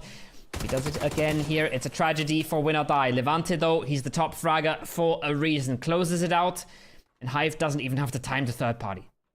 No, but they got close. They did get close. Celtic would be there. Footy Sports would have been cheering on the push. Now they're on the outside edge. Presenti does get presented with the opportunity for hell am I bad as he's looking to crest the rock and the zone. Well, it shifts down to the south. Both these teams need to move in. Both these teams have their own plateau to work in on. It's a 4 versus 3 versus 2 versus 2. But again, the numbers are with win or die. But they need to keep the numbers up and also get the conversion to stand in a chance to get first place. We're getting the cars. They're going to rotate. They're going to stay low. They're going to know they've got the information here because they were here before. A risk up high. It might be a risk one too many. As they go further into the field, they find a safe area. I'm telling you, this is at least a 50-50 that they win the game. Hive ain't winning this game. Vorpal Swords ain't winning this game. Na'Vi is a 3-man. Win or Die now has the low ground. The high ground is going to be a little bit contested for Na'Vi. And because of that high ground being contested, right, there is a chance that Susset actually gets caught by Hive here. And then Na'Vi is suddenly not really a contender anymore. There's a chance as well that Win or Die has to move up the hill. But honestly, this is literally everything you could wish for. 4-man up, solid spot in the circle. And if you win the game, you win the tournament. Even is it second place for them to potentially win? We'll have to wait and see. I think they're going to drive for a conversion. Hive, this is all good. They're taking a fight here with Na'Vi. They're looking to try and take the higher ground here. Nate comes over the top. Win or Die just need to keep their heads down. They need to think passive into the late game. I'll extend a little bit further out. Vorpal Sword, though, is the battle that might unfold in front of them. Presenti moves in. They know they've got a team below. You remember they saw, and obviously with Celtic going down, wasn't able to get the third party. Schengen can take the opportunity now just to get the boosts on. He knows this end game's going to be quick, and they potentially know they need to make sure that a team like Win or Die don't work their way behind them. Na'Vi has sort of realized they've gotten a bit of an idea of their priorities here. Hakatori wants to make the cross as well. Gonna get up the hill. Gonna try and slide his way through. Of course he's the damage leader. He always is. The man just hits DMR shots like nobody else in the world at the moment. Hive are gonna smell it now. Gonna try and delay a bit. Util could come out from Na'Vi. 2 nades in the hands of Susset. They're going to try and triple nade it, combine it at the same time. Hive have the same idea. Who knows better? Who has the better read? But Hive is going to hold off until they do have that read. And Navi's going to lead with the flashes. I like it. Not blowing anything up before they get that bit of information. And that's going to be good damage exchanged. But the blue zone ain't bad on the other side either. It's going to be another reset. And that nade is beautiful. Nicely put from Saucid. Schengen on 1 HP. Schengen on 1 HP. He takes a shoulder into the blue and he goes down. That is unfortunate for them, but it's also good for Win or Die. Why? Because the high ground has taken out. That allows them to take the fight. Vorpal Sword, though, on the leaving plateau for them. They know the action's happening. They've got to crest this open. Leosto gets the first. He exposed the car. Vorpal Sword down to the final one. It's a 4 versus 3 versus 1. Win or Die not dropping the ball, though, on the north. Na'Vi have the elevation on them, but the dot will go in between both these teams. Both these teams now need to push forward. But actually, another kill in the way of Win or Die. He's getting them ever closer to a victory here. And Jedrox, well, he gets the opening knock here on Na'Vi. That's a huge frag to find. Now time's ticking for Na'Vi. Hakatori, he's putting some damage into Vorpal Swords, but he's also out of position. Win or Die, they want to clear this. They want the 2 extra points from the Vorpal Sword solo. But they don't know. They don't know he's still alive. They think they've insted him. Oh, they know now. Levante gets the trade, but it's another knock. Oh, it might be such big trouble now. 3v2 for the win. Fairest out in the open, does the damage. It's all on Hakatori. Oh my god, Win or Die, they should have this. They should have this every time, Mark. They need to have it. Got the numbers. We've seen crazier things happen. The nade will go up there. We don't want to fight it. They explode into victory. That nade is critical. Why? Because it's Mojbury converted. Win or Die with 11 kills. A 21-point game. That is going to give them top spot, if my maths are correct, and a win here in PUBG Super Cup. Talk about it going down to the last game. Win or Die kept clean. They kept clear. And in the end, they got the win with enough points to convert potentially in their favor. Well done. Well done. The second there's a weakness from Foot, the first knock that comes into Foot, Win or Die is there to capitalize. The second that AET drives into that solo, Win or Die is there to capitalize. And also keeping the mortars, right? We talked about it. We said, okay, Foot's using their mortar for a kill onto Tung Tung Tung Sahur. Fair enough, fair game. They're playing for just a few points. Win or Die was playing for the win. They were playing against Foot. They kept the mortar to the very end. I absolutely love it. And well, I mean, stolen away there in the last game. There was somebody in chat, right? After game 11, somebody said, oh yeah, so in TPP, you could decide the winner before the last game. Yeah, no. No, we didn't. No, we absolutely didn't, brother. Oh, wow. But again, Foot have been so consistent, but I worry the demons come back to haunt them. And that is a last game second place. They were unable to get the conversion, but then I look back at the map, like where else were they to go? The zone shifts back towards Stauber. They have to work their way in. Obviously, they had the intel. They knew where Win or Die were. But obviously playing in, that's aggressive. That's 50-50. They go into the bowl, and you're right, you called it. They kept the mortars, and then Win or Die zeroed in. Great initial knock though from Tun Sahura. And actually that then lit up the kill feed for Win or Die. Deployed the mortar. Hell of my bad, gets the opening, and then he gets the confirmation. Big shout for Pixel though. He didn't rush to go for the res, because if he did, that would have been them out at that point. What's gonna know that there was a lot of moments where they could have won that tournament. There's a lot of moments where they could have hit that final nail in the coffin. But in the end, it's Win or Die who walks away with it. Deserved as well. Really crazy performances on the last day here. Big games from them coming out. Almost get that win on the Tego. Get themselves a few points on the Rondo. I think a top 4 on the Rondo. Right, hard salvage for them, but they make it work. And they steal it away in the last game. Crazy stuff.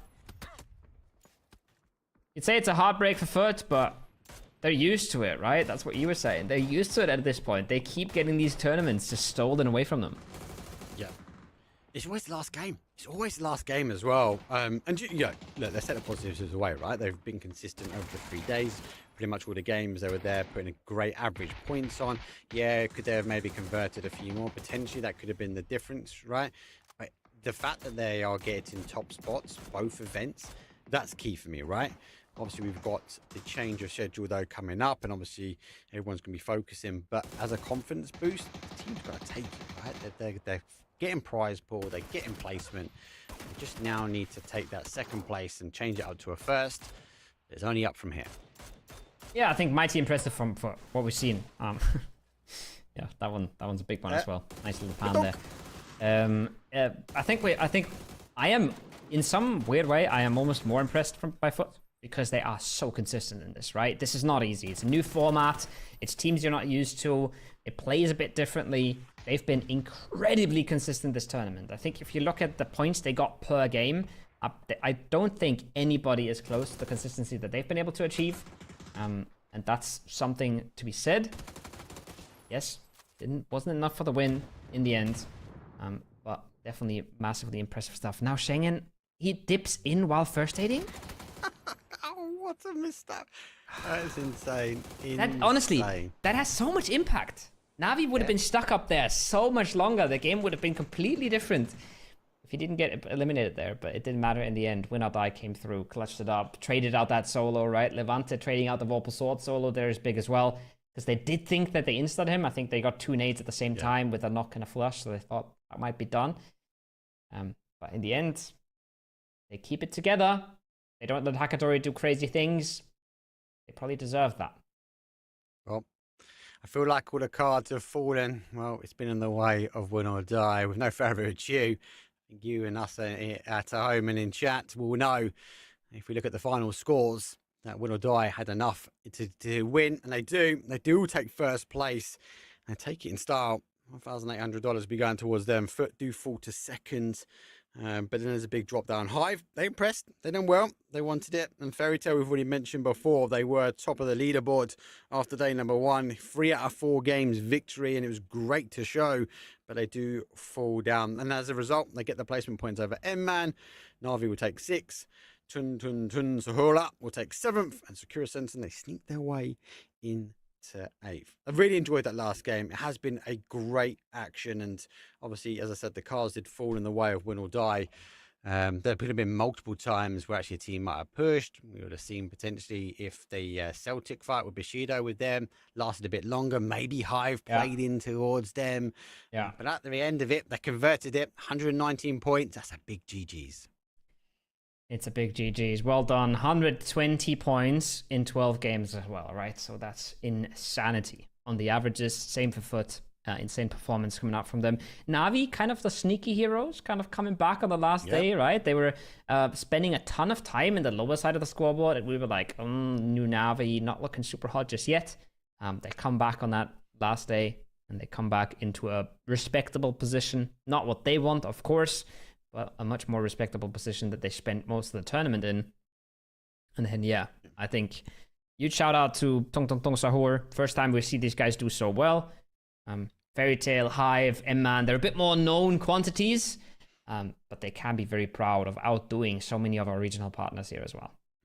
Yeah, again, you got to give a huge shout to Fairy Tail. Obviously, they've been working their way up there. Would they have been in the top position? Potentially not.